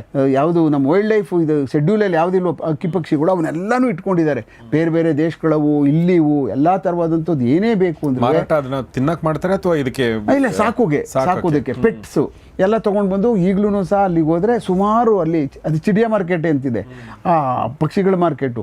ಅದರಲ್ಲೇ ನೀವು ಆ್ಯಕ್ಚುಲಿ ಬಂದು ಅವನು ನಟೋರಿಯಸ್ ಅಂದರೆ ಮಹಾನ್ ಪಂಟ್ರು ಒಬ್ಬ ಚಿಡಿಯಾ ಬಾಬು ಅಂತಿದ್ದ. ಆ ಮಾರ್ಕೆಟ್ನ ಮೇಂಟೈನ್ ಮಾಡ್ತಿದ್ದವನು. ಚಿಡಿಯಾದಿಂದ ಬರ್ತದಲ್ಲ ದುಡ್ಡು, ಅದನ್ನೆಲ್ಲ ಸಂಗ್ರಹಣೆ ಮಾಡುವಂಥದ್ದು, ಮತ್ತು ಅದನ್ನು ನಾವು ಹುಡುಗರುಗಳನ್ನ ಮೇಂಟೈನ್ ಮಾಡುವಂಥದ್ದು, ಅದನ್ನೇ ಒಂದು ದೊಡ್ಡ ಅಂದರೆ ಅದರಲ್ಲಿ ಪಾರಿವಾಳಗಳು ಬರ್ತಾಯಿತ್ತು. ಇವು ಅವಾಗ ಗೊತ್ತಿರ್ಬೇಕಲ್ಲ ನಿಮಗೆ, ಶೋಕ್ದಾರ್ ಅಂತ ನಾವು ಯಾವುದೋ ಹಿಂದೆ ಹೋದ್ರಲ್ಲಿ ಹೇಳಿದ್ದೀನಿ. ಅಲ್ಲಿರ್ತಕ್ಕಂಥ ಶೋಕ್ದಾರ್ಗಳು ಸಿಕ್ಕಾಬಟ್ಟೆ ದೊಡ್ಡ ಶೋಕ್ದಾರ್ಗಳಿದ್ರು. ಬೇರೆ ಬೇರೆ ಕಡೆಯಿಂದ ಅವ್ರಿಗೆಲ್ಲ ಗುಡಿಯಾತಮ್ಮು, ಮತ್ತು ಕೃಷ್ಣಗಿರಿ, ಸೇಲಮ್ಮು, ಚಿತ್ತೂರು, ಆ ಕಡೆ ಭಾಗದಲ್ಲಿ ಎಲ್ಲ ಶೋಕ್ದಾರ್ಗಳು ಬಂದು ಅಲ್ಲಿ ಈ ಒಂದು ಪಾರಿವಾಳದ್ದು ಏನು ದೊಡ್ಡ ಒಂದು ದಂಧ ನಡೆಯುವಂಥದ್ದು, ಬೆಟ್ಟಿಂಗ್ಗಳು ಕಟ್ಟುವಂಥದ್ದು, ನೂರಾರು ರೂಪಾಯಿಗಳನ್ನ, ಆಮೇಲೆ ಎಷ್ಟೆಷ್ಟು ಗಂಟೆ ಆರಿಸ್ತೀವಿ ಅನ್ನುವಂಥದ್ದು, ಮತ್ತು ಅದಕ್ಕೆ ಭಾಳ ದೊಡ್ಡ ಪ್ರೈಸ್ಗಳಿಟ್ಟು ಅವ್ರಿಗೆ ಇದು ಮಾಡುವಂಥದ್ದು. ಅದರಲ್ಲಿ ಇನ್ನೊಂದು ರೌಡಿಸಮ್ಮು. ಅದರಲ್ಲಿ ನಾನು ಗೆಲ್ಲಬೇಕು ಅಂದರೆ ಅವನನ್ನು ಮೆರವಣಿಗೆ ಮಾಡುವಂಥದ್ದು, ಅಲ್ಲೆಲ್ಲ ಒಳಗಡೆ ಎಲ್ಲ ಅವ್ನು ಗೆದ್ದಂಥ ಪಕ್ಷಿ ಅವನಿಗೆ ಅದೊಂಥರ ಭಾಳ ಪ್ರೆಸ್ಟೀಜಿಯಸ್ ಇಶ್ಯೂ ಆಗಿತ್ತು. ಬಟ್ ಈಗಲೂ ಇದೆ. ಈಗ ಮೊನ್ನೆ ನಾನು ಯಾವುದೋ ಒಂದು ಇಲ್ಲಿ ಹೋಗಿದ್ದೆ, ನಮ್ಮ ಇದು ನೈಸ್ ಹತ್ರ ಒಂದು ಇದು ಬರುತ್ತೆ ನೋಡಿ, ಕನ್ವೆನ್ಷನ್ ಸೆಂಟ್ರು. ಅಲ್ಲಿ ತುಂಬ ಚೆನ್ನಾಗಿ ಈ ಸರಿ ಇದೇ ಥರದ್ದು ಒಂದು ಆಯೋಜನೆ ಮಾಡಿದರು. ತುಂಬ ಚೆನ್ನಾಗಿ ಮಾಡಿದರು ಪಾರಿವಾಳದ್ದು. ಹೌದು, ಕಾಂಪಿಟೀಷನ್ನು. ನನ್ನನ್ನು ಕರೆದಿದ್ರು ಪ್ರೈಸ್ ಕೊಡೋಕ್ಕೆ. ಎಲ್ಲರಿಗೂ ಸೂಪರ್ ಪ್ರೈಸ್ಗಳು, ಎಲ್ಲರಿಗೂ ಸಿಲ್ವರು. ಸುಮಾರು ಒಂದು 1000 ಜನ ನಂತರ ಫೋಟೋಗಳು ಇದೆ, ಕೊಡ್ತೀನಿ ನಿಮಗೆ. ಇದು ಇನ್ನೂ ಅದು ಲೀಗಲ್ ಸರ್ ಅದು ಪಾರಿವಾಳ? ಹೌದೌದು, ಬೆಡ್ಡಿಂಗ್ ಇಲ್ಲದೆ ಲೀಗ್. ಫಿಸಿಕಲ್ ಆಗಿ ಅದನ್ನ ಹಾರಾಟ ಮಾಡಿಸ್ಬೋದು, ಎಂಜಾಯ್ ಮಾಡ್ಬೋದು, ಎಷ್ಟು ಗಂಟೆ ಆರ್ತಿದೆ ನೋಡ್ಬೋದು. ಬಟ್ ಬೆಟ್ಟಿಂಗ್ ಇರಬಾರ್ದು. ಬೆಟ್ಟಿಂಗ್ ಏನಾರ ಕಟ್ತು ಅಂದರೆ ಅವ್ನು ಅರೆಸ್ಟ್ ಮಾಡಿ ಜೈಲಿಗೆ ಕಳಿಸ್ಬೋದು. ಅದರಲ್ಲಿ ಎಷ್ಟೆಷ್ಟೋ ಗಂಟೆಗಳು, 32 ಗಂಟೆ, ಎಷ್ಟೆಷ್ಟೋ ಗಂಟೆಗಳು ಹಾರಾಟ ಆಡಿರ್ತಕ್ಕಂಥವೆಲ್ಲ ಇದ್ದವು. ನಾನು ಕರೆಸಿದ್ರು, ಹೋಗಿದ್ರು ಲಾಸ್ಟ್ ಒಂದು 15 ದಿವಸಕ್ಕೆ ಮೊದಲು. ನೋಡ್ಬಿಟ್ಟು ಗಾಬರಿ ಆಗ್ಬಿಡ್ತು ನನಗೆ. ಏನಪ್ಪ ನಾನು ಹೇಳಿದೆ ಕಣ, ಈ ಥರ ಎಲ್ಲ ಶೋಕ್ದಾರ್ಗಳೆಲ್ಲ ಮಾಡ್ತಿದ್ರು ಆ ಕಾಲದಲ್ಲಿ. ಒಂದು ಕಾಲದಲ್ಲಿ ಶಿವಾಜಿನಗರ ಮತ್ತು ನಮ್ಮ ಬಂಡಿರೆಡ್ಡಿ ಸರ್ಕಲ್ ಬರುತ್ತಲ್ಲ, ಶ್ರೀರಾಮ್ಪುರ ಆ ಭಾಗ, ಮತ್ತು ತ್ಯಾಗರಾಜ ನಗರ, ಮತ್ತು ಈ ಭಾಗದಲ್ಲಿ ಭಾಳ ಈಗಲೂ ಆಯಾ ಒಂದು ಅದೇ ಭಾಗಗಳಲ್ಲಿ ಇನ್ನೂ ಇದ್ದಾರೆ. ಅವ್ರ ಪಳಿಯುಳಿಕೆಗಳೆಲ್ಲ, ಮಾವಳ್ಳಿ, ಇವರೆಲ್ಲ ತುಂಬ ಜನ ಶೋಕ್ದಾರ್ಗಳು ಬಂದಿದ್ದರು. ಸಾವಿರಾರು ಸಂಖ್ಯೆಯಲ್ಲಿ ಸೇರಿದ್ರು ಅಲ್ಲಿ ಒಳಗಡೆ ತುಂಬ. ಹಾಗೆ ನಾನು ಅಂದ್ಕೊಂಡೆ, ನಾವೇನು ಮಾತಾಡ್ತಿರ್ತೀವಿ ಇನ್ನೂ ಜೀವಂತ ಇದಾವಪ್ಪ, ಇವೇನು ನಿಲ್ಲುವಂಥವಲ್ಲ ಇವು. ಸಾರ್ ಏನು ತಮಾಷೆನ ಸಾರ್, ಒಂದೊಂದು 5 ಪಕ್ಷಿಗೆ ನಾವು 10 ಲಕ್ಷ ಖರ್ಚು ಮಾಡ್ತೀವಿ ವರ್ಷಕ್ಕೆ ಸಾರ್ ಅಂತಾರೆ ಅವರು. ಸರ್ ಅವ್ರ ನಂಬರ್ ಕೊಡಿ, ಒಂದು ಯಾರ್ದೋ ಒಂದು ಬುರ್ದು ಇಂಟರ್ವ್ಯೂ ಮಾಡೋಣ ಅವ್ರನ್ನ. ಅಲ್ಲ, ನೀವು ಖಂಡಿತವಾಗ್ಲೂ ಅವ್ರು ಕರೆಸಿ ಮಾತಾಡಬೇಕು. ನಾನಂದೆ ಅವರು ದೇ ಪ್ರಮೋಟೆಡ್ ಬರ್ಡ್ಸ್ ನೋಡಿ, ಅವರು ಎಷ್ಟು ಅವರು ಆ ಪಕ್ಷಿಗಳನ್ನ ಪ್ರಮೋಟ್ ಮಾಡುವಂಥದ್ದು, ಆ ಪಕ್ಷಿಗಳ ಜೊತೆ ಸೇರುವಂಥದ್ದು. ಆಮೇಲೆ ಅವನ್ನ ನೋಡಿ, ಮೊನ್ನೆ ತಗೊಂಡೋಗ್ಬಿಟ್ಟು ಇದ್ರಲ್ಲಿ ಪಾರಿವಾಳ ಬಿಟ್ಟಿದ್ದಾರೆ ಅಯ್ಯಪ್ಪ ಸ್ವಾಮಿ ಹತ್ರ. ಅವು ನಾರ್ತ್ ಕರ್ನಾಟಕ ವಾಪಸ್ ಬಂದ್ಬಿಟ್ಟಿದ್ದಾವೆ. ಹೌದಾ? ಅಂದರೆ ಎಷ್ಟರ ಮಟ್ಟಿಗೆ ವಿಷನ್ ಇರ್ಬೇಕು ಲೆಕ್ಕ ಕೊಡಿ ಅವಕ್ಕೆ. ಇಲ್ಲಿಂದ ಹಿಡ್ಕೊಂಡಾಗ ಅಲ್ಲಿ ಬಿಟ್ಟರೆ ಇವ್ರು ಬರೋ ವರ್ಷಕ್ಕೆ ಆಗಲೇ ಅವರು ಮನೆ ಹತ್ರ ಕುಂತಿದ್ದಾವಂತ ಎರಡೂ. ನಾರ್ತ್ ಕರ್ನಾಟಕದಿಂದ ಹಿಡ್ಕೊಂಡೋಗ್ಬಿಟ್ಟಿರುವು. ಅಂದರೆ ಎಷ್ಟರ ಮಟ್ಟಿಗೆ ಅವಕ್ಕೆ ಗೂಗಲ್, ಅವಕ್ಕೆ ಯಾವ ಮಟ್ಟದ ಇದಿರ್ಬೇಕು ಅವ್ರಿಗೆ, GPS, ಗೂಗಲ್ ಮ್ಯಾಪ್ ಬೇಕಾಗೇ ಇಲ್ಲ. ನಾವು ಅನ್ಕೋತೀವಿ ಆಕಾಶದಲ್ಲಿ ಯಾವ ಗೂಗಲ್ ಮ್ಯಾಪು ಬೇಕಾಗಿಲ್ಲ, ಭೂಮಿಲಿ ಅಷ್ಟೇ ಬೇಕು. ತಗೊಂಡೋಗಿ ಯಾವ್ದಾದ್ರು ಸಂದಿಗೆ ಬಿಟ್ಬಿಡ್ತದೆ. ಇಲ್ಲಿ ಅಲ್ಲಾದ್ರೆ ಸ್ಟ್ರೇಟಾಗಿ ಹೋಗ್ಬಿಡ್ತದೆ. ಹಾಗೆ ಯಾವುದೇ ಗೂಗಲ್ ಮ್ಯಾಪ್ಗೆ ಹೋಗಿದ್ರು ಪರಿಸ್ಥಿತಿನಲ್ಲಿ ನಮಗೆ ಆ ಟೋಪೋಗ್ರಫಿ ಸರಿಯಾಗಿ ಗೊತ್ತಿಲ್ಲ ಅಂದರೆ ಯಾವುದೋ ಒಂದು ಚಿಕ್ಕ ದಾರಿಗೆ ತಗೊಂಡೋಗಿ ತೆಳುಬಿಡ್ತದೆ ಅದು, ಈ ಸಣ್ಣ ದಾರಿಗೆ ತಗೊಂಡು ಲೀಡ್ ಮಾಡ್ಕೊಂಡು ಹೊಟ್ಟೋಗ್ಬಿಡ್ತದೆ. ಹಾಗೆ ಹೀಗೆ ಮೊನ್ನೆ ನಡೀತಲ್ಲಿ ಚೆನ್ನಾಗಿತ್ತು, ತುಂಬ ಚೆನ್ನಾಗಿ ಆರ್ಗನೈಸ್ ಮಾಡಿದ್ರು. ನಾನು ನನ್ನ ಹತ್ರ ಇರೋ ಫೋಟೋ ಒಂದು ಸಣ್ಣ ವಿಡಿಯೋ ಎಲ್ಲ ಮಾಡಿ ಕಳಿಸ್ತೀನಿ, ನಾನು ನಿಮಗೆ ಆ ನಂಬರು ಕೊಡ್ತೀನಿ. ನಾನು ನಿಮಗೆ ಅವ್ರನ್ನ ಕರೆಸಿ ಮಾತಾಡಬೇಕು. ಯಾಕಂದರೆ ಇಡೀ ರಾಜ್ಯದಿಂದ ಬಂದಿದ್ರು ಫುಲ್ಲು ಕಂಪ್ಲೀಟು. ಅದರಲ್ಲಿ ಸಖತ್ ಫೈಟ್ ಕೊಟ್ಟಿದ್ದವರು ಅಂದರೆ ಹಾವೇರಿ, ಆಮೇಲೆ ಆ ಕಡೆ ನಾರ್ತ್ ಕರ್ನಾಟಕ, ಹೌದು, ಅಲ್ಲಿ ಒಂದು 4-5 ಡಿಸ್ಟ್ರಿಕ್ಟು ಸರಿ ಫೈಟ್ ಕೊಟ್ಟಿದ್ದಾರೆ. ಬೆಂಗಳೂರು ಇವ್ರಿಗೆ ಚಿಡಿಯಾವ್ರದವ್ರಿಗೆ, ಶೋಕ್ದಾರರಿಗೆ ಏನೆಲ್ಲ ಅವರೇ ಭಾಷೆ ಗೊತ್ತಾಯಿದ್ರು.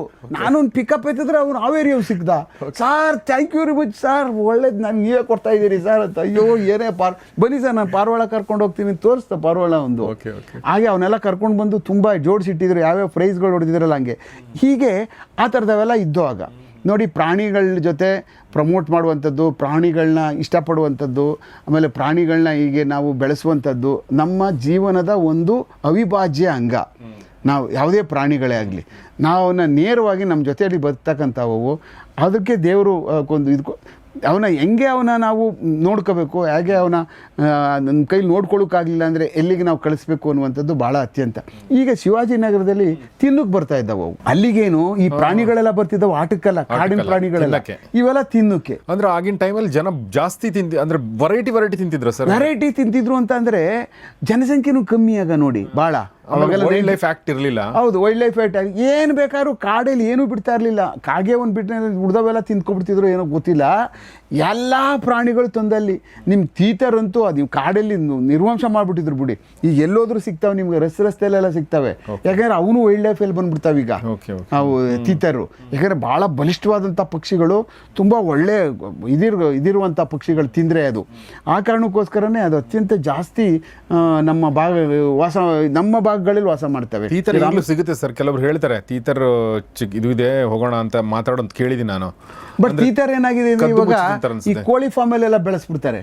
ಅವು ತಿನ್ನೋಕೆ ಹೋದ್ರೆ ಹುಲ್ಲಿದಂಗೆ ಇರುತ್ತೆ. ಏನು ತಿಂದ ತಕ್ಷಣನೇ ಏನು ವೇಸ್ಟ್ ಅದು. ನಮ್ಗೆ ಗೊತ್ತಾಗ್ಬಿಡ್ತದೆ ಇದು ಕಾಡಿನ ತೀತರ, ಇದ್ರ ತೀತರ ಅಂದ್ಬಿಟ್ಟು ತಿಂತಾ ಇರ್ಬೇಕಾದಾಗ್ಲೇನೆ ಅದನ್ನ ಹಿಡ್ಕೊಂಡ್ರೆ ಇಲ್ಲಿ ಹಿಡ್ಕೊಂಡ್ರೆ ಕಾಲ್ನ ಗೊತ್ತಾಗ್ಬಿಡ್ತದೆ ಇದೆಲ್ಲಿ ಫಾರ್ಮೇಲ್ ಬೆಳೆದಿದ್ಯಾ ಕಾಡಲ್ಲಿ ಬೆಳೆದಿದ್ಯಾ ಅಂತ. ಅದರಿಂದ ಈಗ ಜಾಸ್ತಿ ಎಲ್ಲ ಈ ಫಾರ್ಮೇಲ್ ಬೆಳೆಸ್ಕೊ ಬಂದಿರುವ ತೀತರ ನೋಡೋಕೆ ಅದು ತೀತರ ಇದ್ದಂಗೆ ಇರುತ್ತೆ, ಕಲರು ಹಂಗೆ ಇರುತ್ತೆ. ಆ ಕಾರಣಕ್ಕೆ ಕೆಲವಷ್ಟು ಭಾಗಗಳಲ್ಲಿ ಮಾತ್ರ ಕದ್ದು ಗಿದ್ದು ಈಗಲೂ ಮಾಡ್ತಾರೆ. ಯಾವುದು ಈ ಗುಡ್ಡಗಳ ಪ್ರದೇಶ, ರಾಮನಗರ ಈ ಸುತ್ತಮುತ್ತ ಇದೆ ನೋಡಿ, ಅಲ್ಲಿ ಭಯಂಕರ ತೀತರಿದ್ದಾವೆ. ಅಲ್ಲಿ ಹಿಡಿಕೆ ಗ್ಯಾಂಗ್ ಅವ್ರು ಕಳ್ಳರು ಹಿಡ್ಕೊಬಂದು ಎಲ್ಲೋ ತೊಗೊಂಡು ಬಂದು ಬೇಲಿ ಒಳಗಡೆ ನುಗ್ಗಿ ತೊಗೊಬಂದು ಕೊಟ್ಬಿಟ್ಟು ಹೊಟ್ಟೋಗ್ಬಿಡ್ತಾರೆ. ಸರ್ ತೀತರ್ ಅಂದ್ರೆ ಕನ್ನಡದಲ್ಲಿ ಏನಂತಾರೆ ಸರ್? ಅದಕ್ಕೆ ಗೌಜಲಕ್ಕಿ ಅಲ್ವಾ? ಓಕೆ ಗೌಜ್ಲಕ್ಕಿ ಅಂತ ಕೊಕ್ಕೋ ಕದ್ ಕೂಗ್ತಾವೆ ನೋಡಿ ಅವು. ಹಂಗೆ ಒಟ್ಟಾರೆ ಗುಂಪು ವಾಸ ಮಾಡ್ತಾವೆ ಅವು. ಆ ಕಾರಣಕ್ಕೆ ತುಂಬ ಅದು ಮಾಂಸಾಹಾರಿಗಳಿಗೆ ಮಾತ್ರ ಗೊತ್ತಿರ್ತದೆ ಅದ್ರದ್ದು ಟೇಸ್ಟ್ ಹೇಗೆ ಅಂದ್ಬಿಟ್ಟು ಅಂತ. ಹಾಗೆ ಈ ಥರ ಅಲ್ಲಿ ಎಲ್ಲ ಥರವಾದಂಥ ವೈಲ್ಡ್ ಲೈಫ್ಗಳು ಬರ್ತಿತ್ತು ಅಲ್ಲಿಗೆ ಪೂರ್ತಿ. ಬಾಬು ಬಗ್ಗೆ ಹೇಳ್ತಾರೆ. ಹೌದೌದು. ಆಮೇಲೆ ಜಿಂಕೆ ಎಲ್ಲ ಹಿಡ್ಕೊಂಡ್ಬಿಡ್ರು ಅಲ್ಲಿ. ಆಗ ಅಲ್ಲೆಲ್ಲೋ ಕಟ್ಕೊಂಡು ತಂದು ಓಪನ್ ಆಗಿ ಬಿಟ್ಕೋತಿರ್ಲಿಲ್ಲ. ಅವಕ್ಕೇನೋ ಮಾಡ್ಕೊಂಡು ಕಾಲು ಕೈ ಕಟ್ಕೊಂಡು ಜಿಂಕೆ ಎಲ್ಲ ತಗೊಬಂದು ಮಾರಾಟ ಮಾಡಿರ್ತಕ್ಕಂಥದ್ದು ಅಲ್ಲಿ ಇದಾವೆ ಆ ಮಾರ್ಕೆಟ್ ಒಳಗಡೆ. ಅದಕ್ಕೆ ಒಂದು ದೊಡ್ಡ ಮಾಫಿಯಾ ಅಲ್ಲಿ. ಯಾವುದು ಚಿಡಿಯಾಗೆ, ಆಮೇಲೆ ಈ ಪ್ರಾಣಿಗಳಿಗೆ ಬಂದಂಥ ವಸೂಲಾತಿ ಮಾಡ್ತಕ್ಕಂಥವಕ್ಕೆ. ಇದು ಬಿಟ್ಟರೆ ಇನ್ನು ಒಳಗಡೆ ಹಣ್ಣು ತರಕಾರಿ ಎಲ್ಲ ಇರ್ತದಲ್ಲ ಒಳಗಡೆ, ಅಲ್ಲೆಲ್ಲ ಒಳ್ಳೆ ಕ್ವಾಲಿಟಿನೇ ಅಲ್ಲಿ ಇಡ್ತಾ ಇದ್ದದ್ದು. ದೊಡ್ಡ ಸಾಕಾರಗಳೆಲ್ಲ ರಸಲ್ ಮಾರ್ಕೆಟ್ಗೆ ಹೋಗ್ತಾ ಇದ್ದದ್ದು. ಎಲ್ಲ ಕಾರ್ಗಳೂ ಅಲ್ಲೇ ಹೋಗಿ ನಿಂತ್ಕೊತಿದ್ದು. ಆ ಕಾಲದಲ್ಲಿ ಮರ್ಸಿಡೀಸ್ ಎಲ್ಲ ಥರ ಇದ್ದೋ ನೋಡಿ ಅವಾಗೆಲ್ಲ, ಭಾಳ ಹಳೆಯ ಕಾಲದ ಒಂದು ಇವು ವಿಂಟೇಜ್ ಕಾರ್ಗಳೆಲ್ಲ ವ್ಯಾಪಾರಕ್ಕೆ ಅಲ್ಲಿಗೆ ಹೋಗ್ತಾ ಇದ್ದದ್ದು. ಅವರೇ ಎಲ್ಲ ಹಣ್ಣುಗಳು, ಆಮೇಲೆ ಅಲ್ಲಿಂದ ವಿದೇಶಿ ಹಣ್ಣುಗಳು ಸಹ ಅಲ್ಲಿಗೆ ಬರ್ತಾ ಇದ್ವಂಥದ್ದಿತ್ತು. ಆಲ್ ಡ್ರೈ ಫ್ರೂಟ್ಸ್ ಎಲ್ಲ ಅಲ್ಲೇನೆ ಮಾರಾಟ ಮಾಡ್ತಾ ಇದ್ದದ್ದು. ಇನ್ನೆಲ್ಲೂ ನೇರಕ್ಕೆ ನಿಮಗೆ ಡ್ರೈ ಫ್ರೂಟ್ಸ್ಗಳು ಸಿಗ್ತಿರ್ಲಿಲ್ಲ. ಕ್ವಾಲಿಟಿ, ಆಮೇಲೆ ಇಡೀ ಪ್ರಪಂಚದ ಹಣ್ಣ ಈಗಲೂ ನೀವೆಲ್ಲಾದರೂ ನೋಡಬೇಕು ಅಂತಂದರೆ ಓನ್ಲಿ ರಸಲ್ ಮಾರ್ಕೆಟ್. ಈಗಲೂ ಹೌದಾ? ಇಡೀ ಪ್ರಪಂಚದ ಎಲ್ಲ ದೇಶದ ಹಣ್ಣುಗಳನ್ನ ನೀವು ಪ್ರತಿಯೊಂದು ಹಣ್ಣು ತಿನ್ನೋದು ಬೇಡ, ನೋಡ್ತೀವಿ ಅದ ಹೆಸರು ತಿಳ್ಕೊಳ್ತೀವಿ ಅಂತ ಆದರೆ ರಸಲ್ ಮಾರ್ಕೆಟ್ಗೆ ಹೋಗ್ಬೇಕು. ಎಲ್ಲ ದೇಶದ ಹಣ್ಣುಗಳು ಅಲ್ಲಿ ಸಿಗ್ತವೆ. ನಾವು ಯಾವುದೇ ಮಾರ್ಕೆಟಲ್ಲಿ ಸಿಗಲ್ಲ. ಯಾಕೆಂದರೆ ಅಷ್ಟು ಕಾಂಟ್ಯಾಕ್ಟ್ ಇದೆ ಅವ್ರಿಗೆ. ಆಮೇಲೆ ಅದೇ ಥರ ಕಸ್ಟಮರ್ಸು ಸಹ ಏನು ತಿಂತಾರೆ ಅಂತ ಅನ್ನುವಂಥದ್ದು ಅದೇ ಥರ ಕಸ್ಟಮರ್ಗಳು ಆಗೇ ಇದ್ದಾರೆ. ಕಸ್ಟಮರ್ ಗೊತ್ತು ಇಲ್ಲೇ ಸಿಗುತ್ತೆ ಅಂತ ಹೇಳಿ, ಇಲ್ಲೇ ಸಿಗುತ್ತೆ ಅಂತ. ಆ ಕಾರಣಕ್ಕೋಸ್ಕರನೇ ಅಲ್ಲಿ ನಡೀತದೆ. ಅದ್ರದ್ದು ಒಂದು ದೊಡ್ಡ ಒಂದು ಮಾಫಿಯಾ. ಫ್ರೂಟ್ ಫಾರೂಕ್ ಅಂತ ಇರ್ತಾನೆ, ಮಹಾನ್ ಬಲಾಷ್ಟ ಅವನು, ಭಾಳ ಗಟ್ಟಿಗ. ಫ್ರೂಟ್ ಫಾರೂಕ್ ಅಂತ ಭಯಂಕರ ಗಟ್ಟಿಗ ಅವನು. ಅಲ್ಲಿ ಆ ಭುಜಬಲ ಪರಾಕ್ರಮಿಗಳಿಗೆಲ್ಲ ಇವನು ಎಡ್ಡು ಅಲ್ಲಿ ಆ ಟೈಮ್ನಲ್ಲಿ. ಇವನು ಇದರೊಳಗಡೆ ನೋಡಿ ಡೈನಮೋ ಬೈಜು ಅಂತ ಇರ್ತಾನೆ ಒಬ್ಬ. ಅಂದರೆ ಆಗಿನ ಕಾಲದಲ್ಲಿ ರ್ಯಾಲಿ ಸೈಕಲ್ ಬರ್ತಿದ್ದೋ ನಿಮ್ಗೆ ಗೊತ್ತಿರಬೇಕು. ಆವಾಗ ರ್ಯಾಲಿ ಸೈಕಲಲ್ಲಿ ಡೈನಾಮೋ ಕದಿದೆ ಒಂದು ದೊಡ್ಡ ಕತೆ. ಓಕೆ, ಡೈನಮೋ ಅಂದದು ಲೈಟ್ ಸಲುವಾಗಲ್ಲ ಅದು ಸಲ ಅದು ಬಿಚ್ಕೊಂಡು ಹೋಗ್ಬಿಡ್ರು ಡೈನಾಮೋನ. ಮೊದಲು ಮುಂದ್ಗಡೆ ಲೈಟ್ ಹಾಕೊಂಡು ಹೋಗ್ಬೇಕಾಗಿತ್ತು ನೋಡಿ, ಅದು ಓಡಿಸ್ಬೇಕಾದಾಗ ರ್ಯಾಲಿ ಸೈಕಲಲ್ಲಿ ರಾತ್ರಿ ಹೊತ್ತು, ಇಲ್ಲಾಂದ್ರೆ ಹಿಡಿದು ಪೊಲೀಸವ್ರು ಕೇಸ್ ಅಲ್ಲೇ ಕೂರ್ಸ್ಕೊಬಿಡೋರು ರಾತ್ರಿ ಹೊತ್ತು. ಸೈಕಲ್ ಕಿತ್ತಿಟ್ಕೊಬಿಟ್ಟಿರೋರು. ಹಾಗೆ ಅದ್ರ ಡೈನಾಮೋ ಕದಿದೆ ಒಂದು ದೊಡ್ಡ ಗ್ಯಾಂಗ್ ಇತ್ತಾಗ. ಅದು ಪೊಲೀಸ್ ಸ್ಟೇಷನ್ ಕಂಪ್ಲೇಂಟ್ ಬರ್ತೀವಿ, ಸೈಕಲ್ ಬಿಟ್ಟಾಕಿ ಡೈನಾಮೋ. ಈ ಡೈನಾಮೋಗಳೆಲ್ಲ ಇವನ ಹತ್ರ ಹೋಗುದವು. ಇಲ್ಲಿ ಕಳ್ತನ ಆದ ಡೈನಾಮೋಗಳೆಲ್ಲ ಸೆಕೆಂಡ್ ಹ್ಯಾಂಡು ಈ ಫೈಜು ಡೈನಾಮೋ ಬೈಜು ಹತ್ರ. ಹೌದಾ? ಅವನ ಹತ್ರ ಎಲ್ಲ ಹಳೆ ಡೈನಾಮೋಗಳು. ಅವನು ಅಲ್ಲ ಬಾಸು, ಒಂದು ಗ್ಯಾಂಗು. ಅವನು ಪೈಲ್ವಾನೆ, ಡೈನಾಮೋ ಬೈಜುನು ಪೈಲ್ವಾನೆ. ಅವನ ಹತ್ರ ಹೋಗ್ತಿದ್ದು ಈ ಸೈಕಲ್ ಡೈನಾಮೋಗಳು ಇಷ್ಟು ಉದ್ದ ಇರ್ತಿದ್ದವು ಅಲ್ಲಿ ಒಳಗಡೆ. ಆಮೇಲೆ ಅವನು ತೀತರ್ ಜಕ್ರಿ ಇದಾನಲ್ಲ, ಅವನು ಅದೇ ಒಂದು ತಿನ್ನುವಂಥ ವರ್ಗ. ಅವನು ಕೃಷ್ಣಗಿರಿಯಿಂದ ತರಿಸ್ತಾನೋ, ಕಡೆ ಸೇಲಮಿಂದ ತರಿಸ್ತಾನೋ, ಅವನು ಸುಮಾರು ಸಾವಿರಾರು ಸಂಖ್ಯೆಯಲ್ಲಿ ತರಿಸ್ತಿದ್ದಾಗ ತೀತರ್ಗಳು ಗೌಜಕ್ಕಿನ ಅವನು. ಆಮೇಲೆ ಕೋಳಿದೊಂದು ಕಡೆ. ಈಗ ಎಲ್ಲ ಥರವಾದಂಥ ಮಾರ್ಕೆಟ್ ಒಳಗಡೆ ಅಲ್ಲೇನಿಲ್ಲ ಅನ್ನುವಂಗಿರಲಿಲ್ಲ. ನಿಮಗೆ ಪ್ರತಿಯೊಂದೂ ಆ ಕಾಲದಿಂದನೂ ಸೆಕೆಂಡ್ ಹ್ಯಾಂಡ್ಲು ನಿಮಗೆ ನೇಗಿಲಿಂದ ಹಿಡಿದು ಬೇರೆ ಎಲ್ಲ ಸಾಮಾನುಗಳು ಈಗೇನಿದೆಯಲ್ಲ ಅದು ನಮ್ಮ ಈಗ ಶಿವಾಜಿನಗರಲ್ಲಿ ಗುಜರಿ ಇದೆಯಲ್ಲ ರೋಡು, ಆ ರೋಡಲ್ಲಿ ಎಲ್ಲ ಪ್ರತಿಯೊಂದು ಆ ಕಾಲದಿಂದನೂ ಸಹ ಎತ್ತಿನ ಗಾಡಿಯಿಂದ ಹಿಡಿದು ನಿಮ್ಗೆ ಎಲ್ಲ ಥರವಾದಂಥದ್ದು ಸಿಕ್ತಿತ್ತು. ಈಗ ನಿಮ್ಗೆ ಆಲ್ಮೋಸ್ಟ್ ಹೆಲಿಕಾಪ್ಟ್ರು ಏರೋಪ್ಲೇನಿಂದ ಎಲ್ಲ ಸಿಗ್ತಾವಲ್ಲಿ. ಈಗಲೂ ಸಿಗ್ತಾವಲ್ಲಿ ಸ್ಪೇರ್ ಪಾರ್ಟ್ಗಳು. ಎಲ್ಲೋ ಒಂದು HL ಏನೋ ಮಾಡ್ತಾರೆ, ಏನೋ ಆಗಿರ್ತದೆ, ಅದನ್ನು ಬಿಡ್ಸ್ಕೊಂಡು ಅದು ಎತ್ಕೊಬತ್ತಾರೆ, ಇಟ್ಟಿರ್ತಾರೆ. ಪುನಃ ಇನ್ಯಾವುದೋ ಹರಾಜಾಗ್ತಾರೆ, ಅದನ್ನು ಬಿಚ್ಕೊಂಬಂದೆಲ್ಲ ಪುಡಿ ಮಾಡ್ತಾರೆ, ತಗೊಬಂದಿಡ್ತಾರೆ. ಹಂಗೆ ಇವನ್ನೆಲ್ಲ ತಗೊಂಡೋಗ್ಬಿಟ್ಟು ಅವರೇನೋ ಬೇರೆಯವ್ರು ಇನ್ನೇನೋ ಮಾಡ್ಕೊಳ್ತಾರವ. ಅದಕ್ಕೆ ಒಂದು ಇನ್ನೊಂದು ದೊಡ್ಡ ಬಿಸ್ನೆಸ್ ಇದೆ ಈಗ ಅಲ್ಲಿ. ನೀವು ಅಲ್ಲಿ ಒಂದು ದಿವಸ ನನ್ನ ಜೊತೆ ಬನ್ನಿ, ಕರ್ಕೊಂಡು ಹೋಗ್ತೀನಿ. ಅದನ್ನ ನೀವು ನೋಡ್ಬೇಕು. ಅದನ್ನ ಅಲ್ಲಿ ನಾವು ಈಗ ಅಲ್ಲಿ ನೋಡಬೇಕು, ಆಮೇಲೆ ಚಿಡಿಯಾ ಮಾರ್ಕೆಟ್ ನೋಡಬೇಕು, ಆಮೇಲೆ ಖರ್ಗೋಶ್ ಮಾರ್ಕೆಟ್ ನೋಡಬೇಕು. ಮೊಲಗಳು ಈಗಲೂ ಮೊಲಗಳಿದೆ, ಬಟ್ ಸಾಕಿದ ಮೊಲ. ಕಾಡಿನ ಮೊಲ ಆದರೆ ಕೇಸ್ ಹಾಕ್ಬಿಟ್ಟು ಫಾರೆಸ್ಟ್ ಡಿಪಾರ್ಟ್ಮೆಂಟ್ ಅವ್ರು ಇದು ಮಾಡಿಬಿಡ್ತಾರೆ. ಯಾಕೆಂದರೆ ಅಲ್ಲೆಲ್ಲ ಬಂದು ವಾಚ್ ಮಾಡ್ತಾ ಇರ್ತಾರೆ, ಬೆಳಗ್ಗೆ ಹೊತ್ತು ಬರ್ತಾರೆ ಅಲ್ಲೆಲ್ಲ. ಆದ್ರೂ ಅಲ್ಲಿ ಕದ್ದಿಡ್ಕೊಂಬಂದ್ಬಿಡ್ತಾರೆ ಕಾಡಿನ ಮೊಲಗಳನ್ನ. ಈಗಲೂ ಮಾರ್ಕೋತಾರೆ ತಂದು, ಅದಕ್ಕೆ ಒಂದು ಸಪ್ರೇಟ್ ಎಲ್ಲೋ ಜಾಗ ಇಟ್ಕೊಂಡಿರ್ತಾರೆ. ಕಾಡಿನ ಬರುವುದಿಲ್ಲ ಅನ್ನೋಂಗಿಲ್ಲ, ಕದ್ದು ತೊಗೊಬರುವಂಥವ್ರು ಈಗಲೂ ಇದ್ದಾರೆ. ಅವರೇನು ನಿಲ್ಲುವಂಗಿಲ್ಲ ಅವ್ರ ಆ ಸಂತತಿ. ಹಾಗೆ ಒಬ್ಬೊಬ್ಬ ಒಂದೊಂದಕ್ಕೆ ಅಲ್ಲಿ ಭುಜಬಲ ಪರಾಕ್ರಮಿಗಳಾಗಿ ಕೂತ್ಕೊಬಿಡ್ತಾರೆ ಪೂರ್ತಿ ಸಂಪೂರ್ಣವಾಗಿ. ಆಮೇಲೆ ಅಲ್ಲಿ ಖರ್ಗೋಶ್ಕಲ್ಲಿ ಹೇಳಿದ್ನಲ್ಲ ನಾನು, ಅವನು ದೊಡ್ಡ ಅವನು ಮೊಲಗಳಿಗೆ. ಆವಾಗ ಹಳ್ಳಿನಲ್ಲಿ ಸಿಕ್ಕಾಪಟ್ಟೆ ಮೊಲಗಳು ಹಿಡಿಯುವಂಥದ್ದು, ಮೊಲಗಳನ್ನ ಹೊಡ್ಕೊಬರುವಂಥದ್ದು, ಬೆಳಗ್ಗೆ ಆದ ತಕ್ಷಣವೇ ಇಲ್ಲಿಗೆ ತೊಗೊಂಡು ಬಂದು ಮಾರಾಟ ಮಾಡುವಂಥದ್ದು. ಆವಾಗ ಇವನೇನೇ ಮಾರಾಟ ಮಾಡುವಂಥದ್ದು, ಇವನಿಗೆ ತಗೊಬಂದು ಕೊಡಬೇಕು. ಅದೊಂದು ದೊಡ್ಡ ಪ್ಯಾನಲಲ್ಲಿ ಆ್ಯಕ್ಚುಲಿ ಅಲ್ಲಿ. ಆಮೇಲೆ ಇವನು ಯಾವಾಗ ಇದು ನಡೀತಾ ಇರುವಂಥ ಸಮಯದಲ್ಲಿ ಏನಾಗ್ತದೆ, ಒಂದು ಸಾರಿ ಈ ಟಾಂಗಾ ಮಾಫಿಯಾದು ದೊಡ್ಡ ಗಲಾಟೆ ಆಗ್ಬಿಡ್ತದೆ. ಅಂದ್ರೆ ಇದೇನು ಮಾರಾಟ ನಡೀತಾ ಇದೆ, ದುಡ್ಡು ಜಾಸ್ತಿ ಟ್ರಾನ್ಸಾಕ್ಷನ್ ಹಾಕೋಕೆ ಶುರುವಾಯ್ತು ನೋಡಿ. ಅವರವರಲ್ಲೇನೆ ಈ ದುಡ್ಡು ವಸೂಲಾತಿ ಆದಂತಹದ್ದು, ದುಡ್ಡು ಹಂಚ್ಕೊಳ್ಳು ಯಾವುದೇ ಬಂದ್ರೂ ಮಾನಿಟರಿನಲ್ಲೇ ಫೈನಲ್ ಆಗಿ ಗಲಾಟೆಗಳಾಗ್ಬಿಡೋದು. ಈ ಟಾಂಗಾ ಗಲಾಟೆನಲ್ಲಿ ರಜಲ್ ಮಾರ್ಕೆಟ್ ಅಲ್ಲಿ ದೊಡ್ಡ ಗಲಾಟೆ ಆಗೋಯ್ತದೆ. ಇದೆಲ್ಲ 80s ಅಲ್ವಾ ಸರ್ ನಾವು ಮಾತಾಡ್ತಾ ಇರೋದು? ಹೌದು, 75 ಇಂದ 80s ದೊಡ್ಡ ಗಲಾಟೆ ಆಗ್ಬಿಡ್ತದೆ. ಆವಾಗ ಬ್ರಾಡ್ವೇ ರೋಡ್ ಬರುತ್ತೆ ಅಲ್ಲಿ. ಅದೇ ಬ್ರಾಡ್ವೇ ರೋಡಲ್ಲೇ ಶಿವಾಜಿನಗರ ಪೊಲೀಸ್ ಸ್ಟೇಷನ್ ಇರ್ತಕ್ಕಂಥದ್ದು ಅಲ್ಲಿ. ಅದು ಅವಾಗ ಬ್ರಾಡ್ವೇ ರೋಡ್ ಅಂದರೆ ದೊಡ್ಡ ರೋಡ್ ಅದು ಅವಾಗ ಶಿವಾಜಿನಗರ್ಗೆ. ಈಗಲೂ ಏನು ಇದಾಗಲಿಲ್ಲ. ಅಲ್ಲಿ 24/7 ವ್ಯಾಪಾರ ನಡೀತದೆ ಅಲ್ಲಿ. ಅಲ್ಲೇನು ಬಿರಿಯಾನಿ ಮತ್ತು ಬೇರೆ ಬೇರೆ ಅಂಗಡಿಗಳು ಅಲ್ಲಿ 24/7 ನಡೀತದೆ. ಬಟ್ ಎಲ್ಲ ಅಲ್ಲಿ ಯಾಕಲ್ಲಿ 24/7 ನಡೀತದೆ ಅಂದರೆ ಸಿಕ್ಕಾಪಟ್ಟೆ ಇಡೀ ರಾತ್ರಿ ಕೆಲಸ ಮಾಡ್ತಾ ಇರ್ತಾರೆ. ಅವರು 9-10 ಗಂಟೆಗೆ ಊಟ ಮಾಡಿರಲ್ರು. ಅವ್ರು ರಾತ್ರಿ 2 ಗಂಟೆಗೆ ಬರ್ತಾರೆ, ಊಟ ತಿಂತಾನೆ. ಆಮೇಲೆ ಇನ್ನೊಬ್ಬ ಬರ್ತಾರೆ, 3 ಗಂಟೆಗೆ ಬರ್ತಾರೆ, ಅವ್ರು ಊಟ ತಿಂತಾರೆ. 4 ಗಂಟೆಗೆ ಬರ್ತಾರೆ, ಊಟ ತಿಂತಾರೆ. ಆಮೇಲೆ ಇಡೀ ರಾತ್ರಿ ಎಲ್ಲ ಕಾಫಿ ಟೀ ಕುಡಿತಾ ಇರ್ತಾರೆ. ಎಲ್ಲೋ ಒಂದು ಕಡೆ ಕೆಲಸ ರಾತ್ರಿ ನಡೀತಾನೆ ಇರ್ತದೆ. ಅವ್ರಿಗೆ ಬೇಕಾಯ್ತದೆ. ಇನ್ನವಿಟಬಲ್ ಅಂತ ಪೊಲೀಸವ್ರು ಬಿಟ್ಟಿರೋದದ, ಇನ್ನೇನು ಕಾರಣಕ್ಕೂ ಏನಲ್ಲ. ಸುಮ್ಮನೆ ಎಲ್ಲೋ ಇಲ್ಲಿ ಮುಚ್ಚಿಬಿಟ್ರೆ ರಾತ್ರಿ ಹೊತ್ತು ಎಲ್ಲೋ ಹೋಗಿ ಅವರು ಊಟ ಮಾಡಬೇಕಾಯ್ತದೆ, ಸಿಗಲ್ಲ. ಹ್ಯುಮ್ಯಾನಿಟೇರಿಯನ್ ಗ್ರೌಂಡ್ ಅಷ್ಟೇ. ಬಟ್ ಅಲ್ಲಿ ಯಾವುದೇ ಥರವಾದಂಥ ಗಲಾಟೆ ವಗೈರೆಗಳು ಮತ್ತು ಇನ್ಯಾವುದೇ ಮಾಫಿಯಾಗೆ ಸಂಬಂಧಪಟ್ಟಂಥದ್ದು ನಡೆಯಲ್ಲ. ಊಟ ಮಾಡ್ತಾರೆ, ಊಟ ಮಾಡ್ಕೊಳ್ತಾರೆ, ಹೋಗ್ತಾರೆ. ಬಟ್ ಸಣ್ಣ, ಯಾಕೆಂದ್ರೆ ಅಲ್ಲಿ ಏನು ಇಲ್ವಲ್ಲ, ಡ್ರಿಂಕ್ಸ್ ಇಲ್ಲದೆ ಇರೋ ಕಾರಣಕ್ಕೋಸ್ಕರನೇ ಊಟಕ್ಕೆ ಮಾತ್ರ ಬರ್ತಾರೆ, ಹೋಗ್ತಾರೆ ಅಷ್ಟೇ. ಯಾವಾಗ 1-2 ಬಾರಿ ಅಲ್ಲಿ ಬಂದಾಗ ಈ ಮಾಫಿಯಾಗಳ ಜೊತೆ ಗಲಾಟೆ, ಅವರು ಬಂದು ಇವರು ಬಂದು ಇಬ್ರಿಗೂ ಮುಖಾಮುಖಿಯಾಗಿ ಹೊಡೆದಾಡ್ಕೊಂಡಿರ್ತಕ್ಕಂಥದ್ದು ಒಂದು ಸ್ಟ್ರೇ ಗಲಾಟೆಗಳು ಬಿಟ್ಟರೆ ಅಲ್ಲಿ ಇನ್ಯಾವುದೂ ಅಂಥ ಗಲಾಟೆಗಳು ಅಲ್ಲಿ ನಡೆದಿಲ್ಲ. ಯಾವುದೇ ಊಟದ ಜಾಯಿಂಟ್ಗಳು ನಡೆಯಲ್ಲ, ಎಣ್ಣೆಗಳ ಜಾಯಿಂಟ್ಗಳಲ್ಲಿ ನಡೀತಾ ಇರ್ತವೆ. ಅದನ್ನು ಕಂಟ್ರೋಲ್ ಮಾಡೋಕ್ಕಾಗಲ್ಲ, ಅದು ಆಟೋಮೆಟಿಕ್ಕಾಗಿ ಅವು ನಡೆದೋಗ್ಬಿಡ್ತವೆ. ಹಾಗೆ ಈ ಟಾಂಗಾ ಗಲಾಟೆ ಸಿಕ್ಕಾಬಟ್ಟೆ ಆಗಿಬಿಟ್ಟು ಟಾಂಗನ ಪೊಲೀಸರುಗಳು ಅಲ್ಲಿ ಒಂದು ಹೆಚ್ಚು ಕಡಿಮೆ ಒಂದು 15 ದಿವಸ ಒಂದೂ ನಿಲ್ಲಿಸ್ಕೊಡಲ್ರು ಓಕೆ ಅಲ್ಲಿಗೆ. ಅಂದರೆ ಇದರಲ್ಲಿ ಮಚ್ಚುಗಳಲ್ಲಿ ಹೊಡಿಯುವಂಥದ್ದು, ದೊಣ್ಣೆಗಳಲ್ಲಿ ಹೊಡಿಯುವಂಥದ್ದು, ಇವ್ರದ್ದು ಬಂದರೆ ಇವ್ರಿಗೆ ಹೊಡಿದು, ಇವ್ರದ್ದು ಅಲ್ಲಿಗೆ ಹೋದ್ರೆ ಅವ್ರಿಗೆ ಹೊಡಿದು. ಅವಾಗ ಆ ಟಾಂಗ ಈ ಕಡೆ ಬರ್ತಿರ್ಲಿಲ್ಲ, ಈ ಟಾಂಗಗಳು ಆ ಕಡೆ ಹೋಗ್ತಾ ಇರಲಿಲ್ಲ. ಎರಡು ಏರಿಯಾಗಳು ಈ ಕಡೆ ಬರಬೇಕಲ್ಲ, ಫುಲ್ ಮಾರ್ಕೆಟ್ ಏರಿಯಾ ಟಾಂಗಗಳು ಬರಬೇಕಲ್ಲ ಶಿವಾಜಿನಗರಿಂದ. ಮಾರ್ಕೆಟ್ ಏರಿಯಾ ಟಾಂಗಗಳೆಲ್ಲ ಶಿವಾಜಿನಗರಕ್ಕೆ ಹೋಗ್ಬೇಕಲ್ಲ. ಎರಡು ಅತ್ಯಂತ ಹೆಚ್ಚಿಗೆ ಟ್ರಾನ್ಸ್ಪೋರ್ಟೇಷನ್ ಏರಿಯಾ ಇದ್ದಾವೆ ಅವೆರಡಂತೆ. ಅವಾಗ ಅವೆರಡು ಏರಿಯಾಗಳಲ್ಲೇ ಏನೇ ಸಾಮಾನುಗಳು ಬಂದರೂ, ಈ ಕಡೆಯಿಂದ ಏನೇ ಬಂದರೂ ಮೆಜೆಸ್ಟಿಕ್ ಇದಕ್ಕೆ ಬರ್ತಿತ್ತು. ಇದರಿಂದ ರೈಲ್ವೆ ಸ್ಟೇಷನ್ ಇಳಿತಿದ್ರು ಜನ, ದಂಡೂಲಿ ಇಳಿತಿದ್ರು, ಈ ಕಡೆ ಅಲ್ಲಿ ಮೆಜೆಸ್ಟಿಕಲ್ಲಿ ಇಳಿತಿದ್ರು. ಪೂರ್ತಿ ಮೆಜೆಸ್ಟಿಕಲ್ಲಿ ಒಂದು ಟಾಂಗ ಯಾವುದು ಈಗ ಏನು ನಮ್ಮ ಧನ್ವಂತರಿ ರೋಡ್ ಬರುತ್ತೆ, ಈ ಕಡೆ ಸೈಡ್ ಬರುತ್ತೆ ನೋಡಿ, ಅದು ಟ್ಯಾಂಕ್ ಬಂಡ್ ರೋಡು. ಅಲ್ಲಿ ಈ ಕಡೆ ಈ ಭಾಗದಲ್ಲಿ ತೋಟ ಒಂದು ಬರುತ್ತೆ, ಯಾವುದು ಮಠದ ಮುಂಭಾಗ ಈಗ ಕಟ್ಬಿಟ್ಟಿದ್ದಾರೆ ಎಲ್ಲ ಫುಲ್ಲು. ರೈಲ್ವೆ ಸ್ಟೇಷನ್ಗೆ ಹೋಗಿ ಇದನ್ನ ಯಾವ ಏರಿಯಾ ಸರ್ ನೀವು ಹೇಳ್ತಿರೋದು? Majestic area. Okay okay. ಆಗ ಆ ಹಿಂಭಾಗದಲ್ಲಿ ಓಕ್ಲಿಪುರಂ ಕಡೆಗೆ ಅಲ್ಲಿ ದೊಡ್ಡ ಟಾಂಗಾ ಸ್ಟ್ಯಾಂಡ್ ಅದು. ಓಕ್ಲಿ ಅಲ್ಲಿಂದ ದಾಟ್ಕೊಂಡು ಹಿಂದಕ್ಕೆ ಹೋಗ್ಬೇಕಲ್ಲ, ಮಲ್ಲೇಶ್ವರಮ್ಮು, ರಾಜಾಜಿನಗರ ಆ ಭಾಗಕ್ಕೆ ಹೋಗ್ಬೇಕಾದಾಗ ಈಗ ಒಂದು ಇದ್ರದ್ದು ಶನಿ ಮಹಾತ್ಮನ ದೇವಸ್ಥಾನ ಇದೆ, ಆ ಉದ್ದಕ್ಕೂ ಓಕ್ಲಿಪುರಂ ರಸ್ತೆ ಒಳಗಡೆ ದೊಡ್ಡ ಟಾಂಗಾ ಸ್ಟ್ಯಾಂಡ್ ಇದ್ದಂಥದ್ದು ಇದೆ. ಆಮೇಲೆ ಈ ಕಡೆ ಸೈಡು ನಮ್ಮ ಏನು ಈಗೊಂದು ಮಠ ಇದೆ ನಮ್ಮ ಇದ್ರೊಳಗೆ ರೈಲ್ವೆ ಸ್ಟೇಷನ್ ಎದುರುಗಡೆ ಸೈಡು, ಅಲ್ಲಿ ದೊಡ್ಡ ಟಾಂಗಾಗಳ ಸ್ಟ್ಯಾಂಡು. ಆವಾಗ ಇವ್ರು ಆ ಕಡೆಗೆ ಹೋಗಲೇಬೇಕಲ್ಲ, ದಂಡೂಲಿ ಇಳಿದವ್ರು ಇಲ್ಲಿ ಇಳಿದವ್ರು ಅಲ್ಲಿ. ಇದು ದೊಡ್ಡ ಗಲಾಟೆ ಆಗಿ ಹೊಡೆದಾಟಗಳಾಗಿ 1 ವಾರ ಟಾಂಗಾಗಳನ್ನ ಕಂಪ್ಲೀಟ್ ಸ್ಟ್ರೈಕ್ ಆಗಿಬಿಟ್ಟು, ನನ್ನ ಲೆಕ್ಕದಲ್ಲಿ ಆ ಟೈಮ್ನಲ್ಲಿ ಅತ್ಯಂತ ಜಾಸ್ತಿ ಟ್ರಾನ್ಸ್ಪೋರ್ಟೇಷನ್ನು ಡ್ಯಾಮೇಜ್ ಆದದ್ದೇ ಇದು. ಆವಾಗ ಬಸ್ಗಳು ಕಮ್ಮಿ, ಆವಾಗ ಬಸ್ಗಳು ಹೋಗ್ತಿದ್ವು, ಬಸ್ಗಳಲ್ಲಿ ಅವ್ರಿಗೆ ಎಲ್ಲಿ ಬೇಕೋ ಅಲ್ಲಿ ಹೋಗಿ ಬರ್ತಿದ್ರು. ಆದರೆ ಇವ್ರು ಎಲ್ಲಿಗೆ ಹೋಗಬೇಕು ಎಲ್ಲಿ ಇಳಿಬೇಕು ಅದಾಗ್ತಿರ್ಲಿಲ್ವಲ್ಲ, ಅದು ತೊಂದರೆ ಆಗ್ಬಿಡ್ತಾ ಇತ್ತು. ಆವಾಗ ಒಂಥರ ಏನು ಇದಾದಂಗೆ, ಏನು ನಾವು ಹೇಳ್ತೀವಲ್ಲ ಕರ್ಫ್ಯೂ, ಆ ಥರ ಟಾಂಗಾಗಳಿಲ್ಲದೆ ಇರೋದಕ್ಕೆ ಆ ಮಟ್ಟಕ್ಕೆ ಕರ್ಫ್ಯೂ ಇದ್ದಂಗೆ.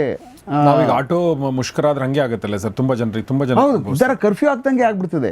ಈಗ ಆಟೋಗಳಿಲ್ಲ ಅಂದರೆ ಜನದ ಸುಮಾರು ಮೂಮೆಂಟ್ ನಿಂತೋಗ್ಬಿಡ್ತದೆ, ಓಡಾಡೋಕೆ ಆಗೋದಿಲ್ಲ. ಸಣ್ಣ ಟ್ರಾನ್ಸ್ಪೋರ್ಟೇಷನ್ ಇಲ್ಲ ಅಂದರೆ ಎಲ್ಲ ಬಸ್ಸಲ್ಲೇ ಹೋಗೋಕ್ಕಾಗಲ್ವಲ್ಲ. ಆ ಕಾರಣಕ್ಕೆ ಆ ಟೈಮ್ನಲ್ಲಿ ಟಾಂಗಾಗಳಿಲ್ಲದೆ ಇರುವಾಗ ಹಂಗಾಗಿದೆ.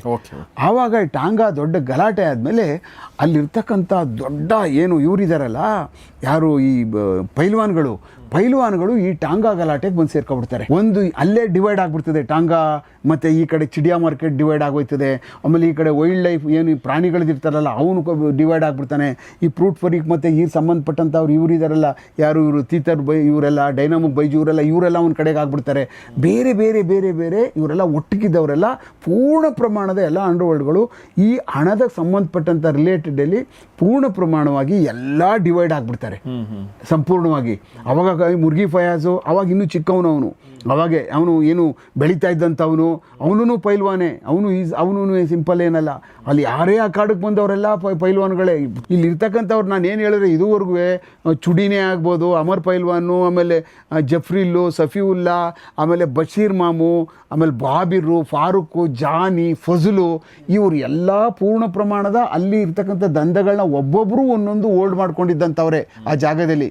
ಆ ಕಾರಣಕ್ಕೆ ಇವರೆಲ್ಲ ಪೈಲ್ವಾನ್ಗಳಾಗಿದ್ದವ್ರೆ ಅಲ್ಲಿ. ಅದರಿಂದ ಏನಾಗ್ತು, ಅಲ್ಲಿ ಇಡೀ ಈ ಒಂದು ಟಾಂಗಾ ಮಾಫಿಯಾಯಿಂದ ಹಿಡಿದು ಇಡೀ ಶಿವಾಜಿನಗರದ ಏನು ಒಂದು ಬ್ರೈನ್ ಸೆಂಟರು, ನರ್ವಸ್ ಸೆಂಟರ್ ಇರ್ತದಲ್ಲ, ಒಂದು ದೊಡ್ಡ ಗಲಾಟೆ ಆಗಿ ಟಾಂಗಾ ಮಾಫಿಯಾದಿಂದ ಎಲ್ಲ ಡಿವೈಡ್ ಆಗಿ ಅದು ಹಣದ ಮಾಫಿಯಾಗಳಾಗಿ ಪರಿವರ್ತನೆಗಳಾಗಿ ಒಬ್ಬರಿಗೊಬ್ಬರುಗಳಿಗೆ ಗಲಾಟೆಗಳಾಗುವಂಥದ್ದು, ಹೊಡೆದಾಟ ಆಗುವಂಥದ್ದು, ಕೊಲೆಗಳಾಗುವಂಥ ಮಟ್ಟಕ್ಕೆ ಬಂದು ಶಿವಾಜಿನಗರ ಬಂದು ನಿಂತ್ಕೊಬಿಡುತ್ತೆ. ಸೊ ಅಂದರೆ ಒಂದು ಟ್ರಾನ್ಸಿಷನ್ ಹೇಗಾಯಿತು ಅನ್ನೋದು ನಮಗೆ ಗೊತ್ತಾಯ್ತು. ಈಗ ಮುಖ್ಯವಾಗಿ ಒಂದು ರಾಜರ ಕಾಲದಲ್ಲಿ ಪೈಲ್ವಾನ್ಗಿರಿ ಅನ್ನೋದಿತ್ತು, ಅದು ದೇಶ ಸೇವೆ ಅಥವಾ ಆಗಿನ ಟೈಮಲ್ಲಿ ರಾಜರುಗಳ ಸೇವೆ. ಬಟ್ ಮಧ್ಯದಲ್ಲಿ ಒಂದು ಗ್ಯಾಪ್ ಬರುತ್ತೆ. ಅದಾದಮೇಲೆ 80s ನಾವು ಬಂದರೆ ನೋಡಿ ಯಾವ ಥರ ಅಂದರೆ ಕೆಲವೊಂದು ಸಲ ಪೈಲ್ವಾನರ ಬಳಸ್ಕೋತಾರೆ ಅಲ್ವಾ ಸರ್? ಹೌದು. ನಮ್ಮ ಸುತ್ತಮುತ್ತ ಇರಬೇಕು 4 ಪೈಲ್ವಾನರು ಅಂತಂದರೆ ಅವ್ರನ್ನ ಬಳಸ್ಕೊಳ್ಳುವಂಥದ್ದು. ಕೆಲವೊಂದು ಪೈಲ್ವಾನರು ಅಂದರೆ ಇವ್ರೇನು ಹೇಳ್ದ ಅದನ್ನು ಮಾಡ್ದ ಈ ಥರ ಮಾಡ್ತಾರೆ. ಕೆಲವೊಬ್ರು ಬುದ್ಧಿ ಉಪಯೋಗಿಸಿ ಈ ಥರ ಹಣ ಮಾಡುವಂಥದ್ದು, ಮಾಫಿಯಾ ಕಟ್ಟುವಂಥದ್ದು ಮಾಡ್ತಾರೆ. ಆಮೇಲೆ ಏನಾಗಿತ್ತು, ಇದ್ರ ಮಧ್ಯ ಈ ಪೈಲ್ವಾನ್ಗಳು ಕುಸ್ತಿ ಆಡೋಕೆ ಹೋಗ್ಬೇಕಲ್ಲ, ಅವ್ರನ್ನ ಸೆಲೆಕ್ಟ್ ಮಾಡಿ ಕಳಿಸ್ಕೊಡ್ಬೇಕಲ್ಲ, ಎಲ್ಲ ಹೋಗೋಕ್ಕಾಗಲ್ವಲ್ಲ ಒಂದು ಕಡೆ ಅಖಾಡಕ್ಕೆ. ಆವಾಗ ಇವರು ಈಗ ಯಾವಾಗ ಇದು ಡಿವೈಡ್ ಆಗೋಕ್ಕೆ ಶುರುವಾದಾಗ ಏನಾಯಿತು, ಸ್ವಲ್ಪ ಪ್ರಾರಂಭದಲ್ಲಿ ಯಾರ್ಯಾರಿಗೆ ಬೇಕೋ ಅವ್ರ ಕಡೆಯವ್ರನ್ನ ಕಳಿಸ್ಕೊಳ್ಳಿ ಪ್ರಾರಂಭ ಮಾಡ್ಬಿಡ್ತಾರೆ ಅಖಾಡಕ್ಕೆ. ಅಂದರೆ ಪೈಲ್ವಾನ್ಗೆ ಕುಸ್ತಿ ಅಖಾಡಕ್ಕೆ ಈಗ ಮೈಸೂರು ಕಳಿಸ್ಬೇಕು, ಅಲ್ಲಿ ರೆಗ್ಯುಲರ್ ಆಗಿ ಆಗ್ತದೆ, ಅಲ್ಲಿ ಗೆಲ್ಲಬೇಕು, ಅಲ್ಲಿಗೆ ಕಳಿಸ್ಬೇಕು ಅಂದಾಗ ಬಲಿಷ್ಠರನ್ನ ಇವರೆಲ್ಲ ಒಟ್ಟಿಗೆ ಯಾರು ಸೇರಿ ಒಟ್ಟಿಗೆ ಕೂತ್ಕೊಂಡು ಕಳಿಸ್ಕೊಡ್ತಾ ಇದ್ರು. ಅದು ತಪ್ಪೋಗ್ಬಿಡ್ತದೆ. ಅದು ಯಾವಾಗ ತಪ್ಪುದು, ಆ ಗ್ರಿಪ್ ಯಾವಾಗ ಹೊಟ್ಟೋಗ್ಬಿಡ್ತದೋ ಇವರಲ್ಲಿರ್ತಕ್ಕಂಥ ಸಂಘಟನೆ ಪೂರ್ಣ ಪ್ರಮಾಣದಲ್ಲಿ ನಾಶ ಆಗ್ಬಿಡ್ತದೆ. ಅದಾದ್ಮೇಲೆ ಇಂಡಿಪೆಂಡೆಂಟಾಗೆ ಇವಂದೇ ಆದಂಥ ಸಾಮ್ರಾಜ್ಯ ಎಸ್ಟಾಬ್ಲಿಷ್ ಮಾಡೋದಕ್ಕೆ ಶಿವಾಜಿನಗರದಲ್ಲಿ ಪ್ರಾರಂಭ ಮಾಡ್ಬಿಡ್ತಾರೆ. ಕೆಲವೊಂದ್ಸಲ ಅಂದರೆ ಟ್ರಾನ್ಸಿಷನ್ ಹಿಂಗಾಗುತ್ತೆ, ವರ್ಲ್ಡ್ ಆರ್ಡರ್ ಚೇಂಜ್ ಆಗುತ್ತಲ್ಲ, ಒಂದು ಯುದ್ಧ ಆದಮೇಲೆ ಒಂದು ವರ್ಲ್ಡ್ ಆರ್ಡರ್ ಚೇಂಜ್ ಆಗ್ಬಿಡುತ್ತೆ. ಈಗ ಟ್ವಿನ್ ಟವರ್ ಮೇಲೆ ಬಾಂಬ್ ಹಾಕಿದ ಮೇಲೆ ವರ್ಲ್ಡ್ ಆರ್ಡರ್ ಚೇಂಜ್ ಆಗ್ಬಿಡುತ್ತೆ, ಕೊರೋನಾ ಆದಮೇಲೆ ವರ್ಲ್ಡ್ ಆರ್ಡರ್ ಚೇಂಜ್ ಆಗ್ಬಿಡುತ್ತೆ. ಈಗ ಭಾರತ ಮತ್ತು ಯುರೋಪಿಯನ್ ಯೂನಿಯನ್ ಮೇಲೆ ಮಧ್ಯೆ ಒಂದು ಡೀಲ್ ಆದರೆ, ಮದರ್ ಆಫ್ ಆಲ್ ಡೀಲ್ಸ್ ಅಂತ ಕರಿತೀವಿ, ವರ್ಲ್ಡ್ ಆರ್ಡರ್ ಚೇಂಜ್ ಆಗ್ಬಿಡುತ್ತೆ. ಹಾಗೆ ಒಂದು ಸಂಘರ್ಷ ಆದಮೇಲೆ ಅಲ್ಲಿ ವರ್ಲ್ಡ್ ಅಲ್ಲಿನ ಆರ್ಡರ್ ಚೇಂಜ್ ಆಯಿತು. ಯಾರು ಡಾನ್ ಅಂತ ಅನ್ಕೊಂಡಿದ್ದು ಅವನ ಅಲ್ಲ, ಇನ್ನೊಬ್ಬ ಡಾನ್ ಹುಡ್ಕೋತಾನೆ, ಯಾರು ಆ ಥರ ಆಯಿತು ಅಂತ ಅನ್ಕೋತೀನಿ. ಅಂದರೆ ಇಂಡಿಪೆಂಡೆಂಟ್ ಆದರು ಎಲ್ಲರೂ ಕೂಡ. ಮುಖ್ಯವಾಗಿ ಈಗ ಏನು ಹೇಳಿ ಸರ್ ಹೇಳಿದ ಕಾರಣ ಅಂತಂದರೆ ಅದು ಮಾನಿಟರಿ ಬೆನಿಫಿಟ್ಸ್ ಎಲ್ಲಿ ಜಾಸ್ತಿ ಬರುತ್ತಲ್ವ, ತುಂಬ ದುಡ್ಡು ಮಾಡ್ತಾ ಇದ್ದಾನೆ ಅವನು ಅಂತಂದಾಗ ಸುತ್ತಮುತ್ತ ಇರೋರು ಅದನ್ನು ಕಾಯ್ತಾ ಇರ್ತಾರೆ, ಹೆಂಗೆ ನಾವು ಅದನ್ನು ಆ ಪೊಸಿಷನ್ ತೊಗೋಬೇಕು ಅಂತೇಳಿ. ಸೊ ಅದು ಏನಾಗುತ್ತೆ ಅನ್ನೋದನ್ನು ಮುಂದಿನ ಭಾಗದಲ್ಲಿ ನೋಡೋಣ ಅಂತ ಹೇಳ್ತಾ ಇವತ್ತಿನ ಎಪಿಸೋಡ್ ಮುಗಿಸ್ತಾ ಇದ್ದೀನಿ. ಇದೆಲ್ಲವನ್ನು ಹೇಳ್ತಿರುವಂಥ ರಿಟೈರ್ಡ್ SP ನಮ್ಮ ಉಮೇಶ್ ಸರ್ಗೆ ನಿಮ್ಮೆಲ್ಲರ ಪರವಾಗಿ ಧನ್ಯವಾದಗಳು sir. Thank you very much. Thank you. So ಸ್ನೇಹಿತರೆ, ಇದನ್ನು ನಿಮ್ಮೆಲ್ಲ ಸ್ನೇಹಿತರನ್ನು ಶೇರ್ ಮಾಡಿ. ಬಹಳಷ್ಟು ದಿನಗಳ ನಂತರ ನಾವು ಇದನ್ನು ಶುರು ಮಾಡಿದ್ದೀವಿ. ಹಳೆ ಎಪಿಸೋಡ್ಗಳ ಲಿಂಕನ್ನು ಪುನೀತ್ ಅವರು ಡಿಸ್ಕ್ರಿಪ್ಷನ್ ಹಾಕಿರ್ತಾರೆ, ಕಮೆಂಟ್ ಬಾಕ್ಸಲ್ಲಿ. ಅದರ ಪ್ಲೇ ಲಿಸ್ಟ್ ಇದೆ, 127ಕ್ಕೂ ಹೆಚ್ಚು ಎಪಿಸೋಡ್ಗಳನ್ನ ಮಾಡಿದ್ದೀವಿ. ಅದೆಲ್ಲವನ್ನು ಕೂಡ ನೀವು ನೋಡ್ಕೊಂಡು ಬನ್ನಿ. ನಿಮಗೆ ಇಡೀ ಬೆಂಗಳೂರಿನ ಅಂಡರ್ವರ್ಲ್ಡ್ನ, ಇಡೀ ಬೆಂಗಳೂರಿನ ಜನಜೀವನದ, ಬರೀ ಅಂಡರ್ವರ್ಲ್ಡ್ ಅಲ್ಲ, ಇಡೀ ಜೀವನ ಹೇಗಿತ್ತು ಅನ್ನೋದು ನಿಮಗೆ ಗೊತ್ತಾಗ್ತಾ ಹೋಗುತ್ತೆ. ಮತ್ತು ಹೆಚ್ಚಿಗೆ ನಿಮ್ಗೆ ಇನ್ನೂ ಏನಾದರೂ ಇನ್ಫಾರ್ಮೇಷನ್ಗಳು ಇದಂದರೆ ನನ್ನ ಪುಸ್ತಕಗಳು, ಏನು ಸಪ್ನಾ ಪುಸ್ತಕದಲ್ಲಿ ಸಿಗ್ತಕ್ಕಂಥ ನಾನು ಎಲ್ಲ 8 ಪುಸ್ತಕಗಳು. ಬೆಂಗಳೂರು ಅಂಡರ್ವರ್ಲ್ಡ್ ಬಗ್ಗೆನೇ ಒಂದು ಪುಸ್ತಕ ಬರೆದಿದ್ದಾರೆ ಸರ್, ಬೆಂಗಳೂರು ಅಂಡರ್ವರ್ಲ್ಡ್ ಅಕ್ಕಿಕಾಳು ಅಂತ. ಇದು ಸಪ್ನಾ ಬುಕ್ ಸ್ಟಾಲ್ ಆಲ್ರೆಡಿ ಇದೆ. ಇದನ್ನು ನೀವು ತೊಗೊಳ್ಬಹುದು, ತೊಗೊಂಡು ಇನ್ನಷ್ಟು ಹೆಚ್ಚಿನ ಮಾಹಿತಿನ ಪಡಿಬಹುದು. ಇದರ ಆನ್ಲೈನ್ ಲಿಂಕನ್ನು ನಾನು ಡಿಸ್ಕ್ರಿಪ್ಷನಲ್ಲಿ, ಕಮ್ಯುನಿಟಿ ಪೇಜಲ್ಲಿ ಮತ್ತು ಕಮೆಂಟ್ ಬಾಕ್ಸಲ್ಲಿ ಹಾಕಿರ್ತೀನಿ. ಇದು ಸುಮಾರು 312 ಪುಟಗಳ ಪುಸ್ತಕ. ಇದು ಕೂಡ, ಇದನ್ನು ಕೂಡ ಓದಿ ಮತ್ತು ನಮ್ಮ ವಿಡಿಯೋಗಳನ್ನ ಕೂಡ ಖಂಡಿತ ನೋಡಿ ಅಂತ ಹೇಳ್ತಾ ಇವತ್ತಿನ ಎಪಿಸೋಡ್ ಮುಗಿಸ್ತಾ ಇದ್ದೀನಿ. ನೋಡ್ತಾರೆ ಗೌರಿ ಶೆಟ್ಟಿ ಸ್ಟುಡಿಯೋ, ನೋಡ್ತಾರೆ ಬೆಂಗಳೂರು ಅಂಡರ್ವರ್ಲ್ಡ್. ನಮಸ್ಕಾರ.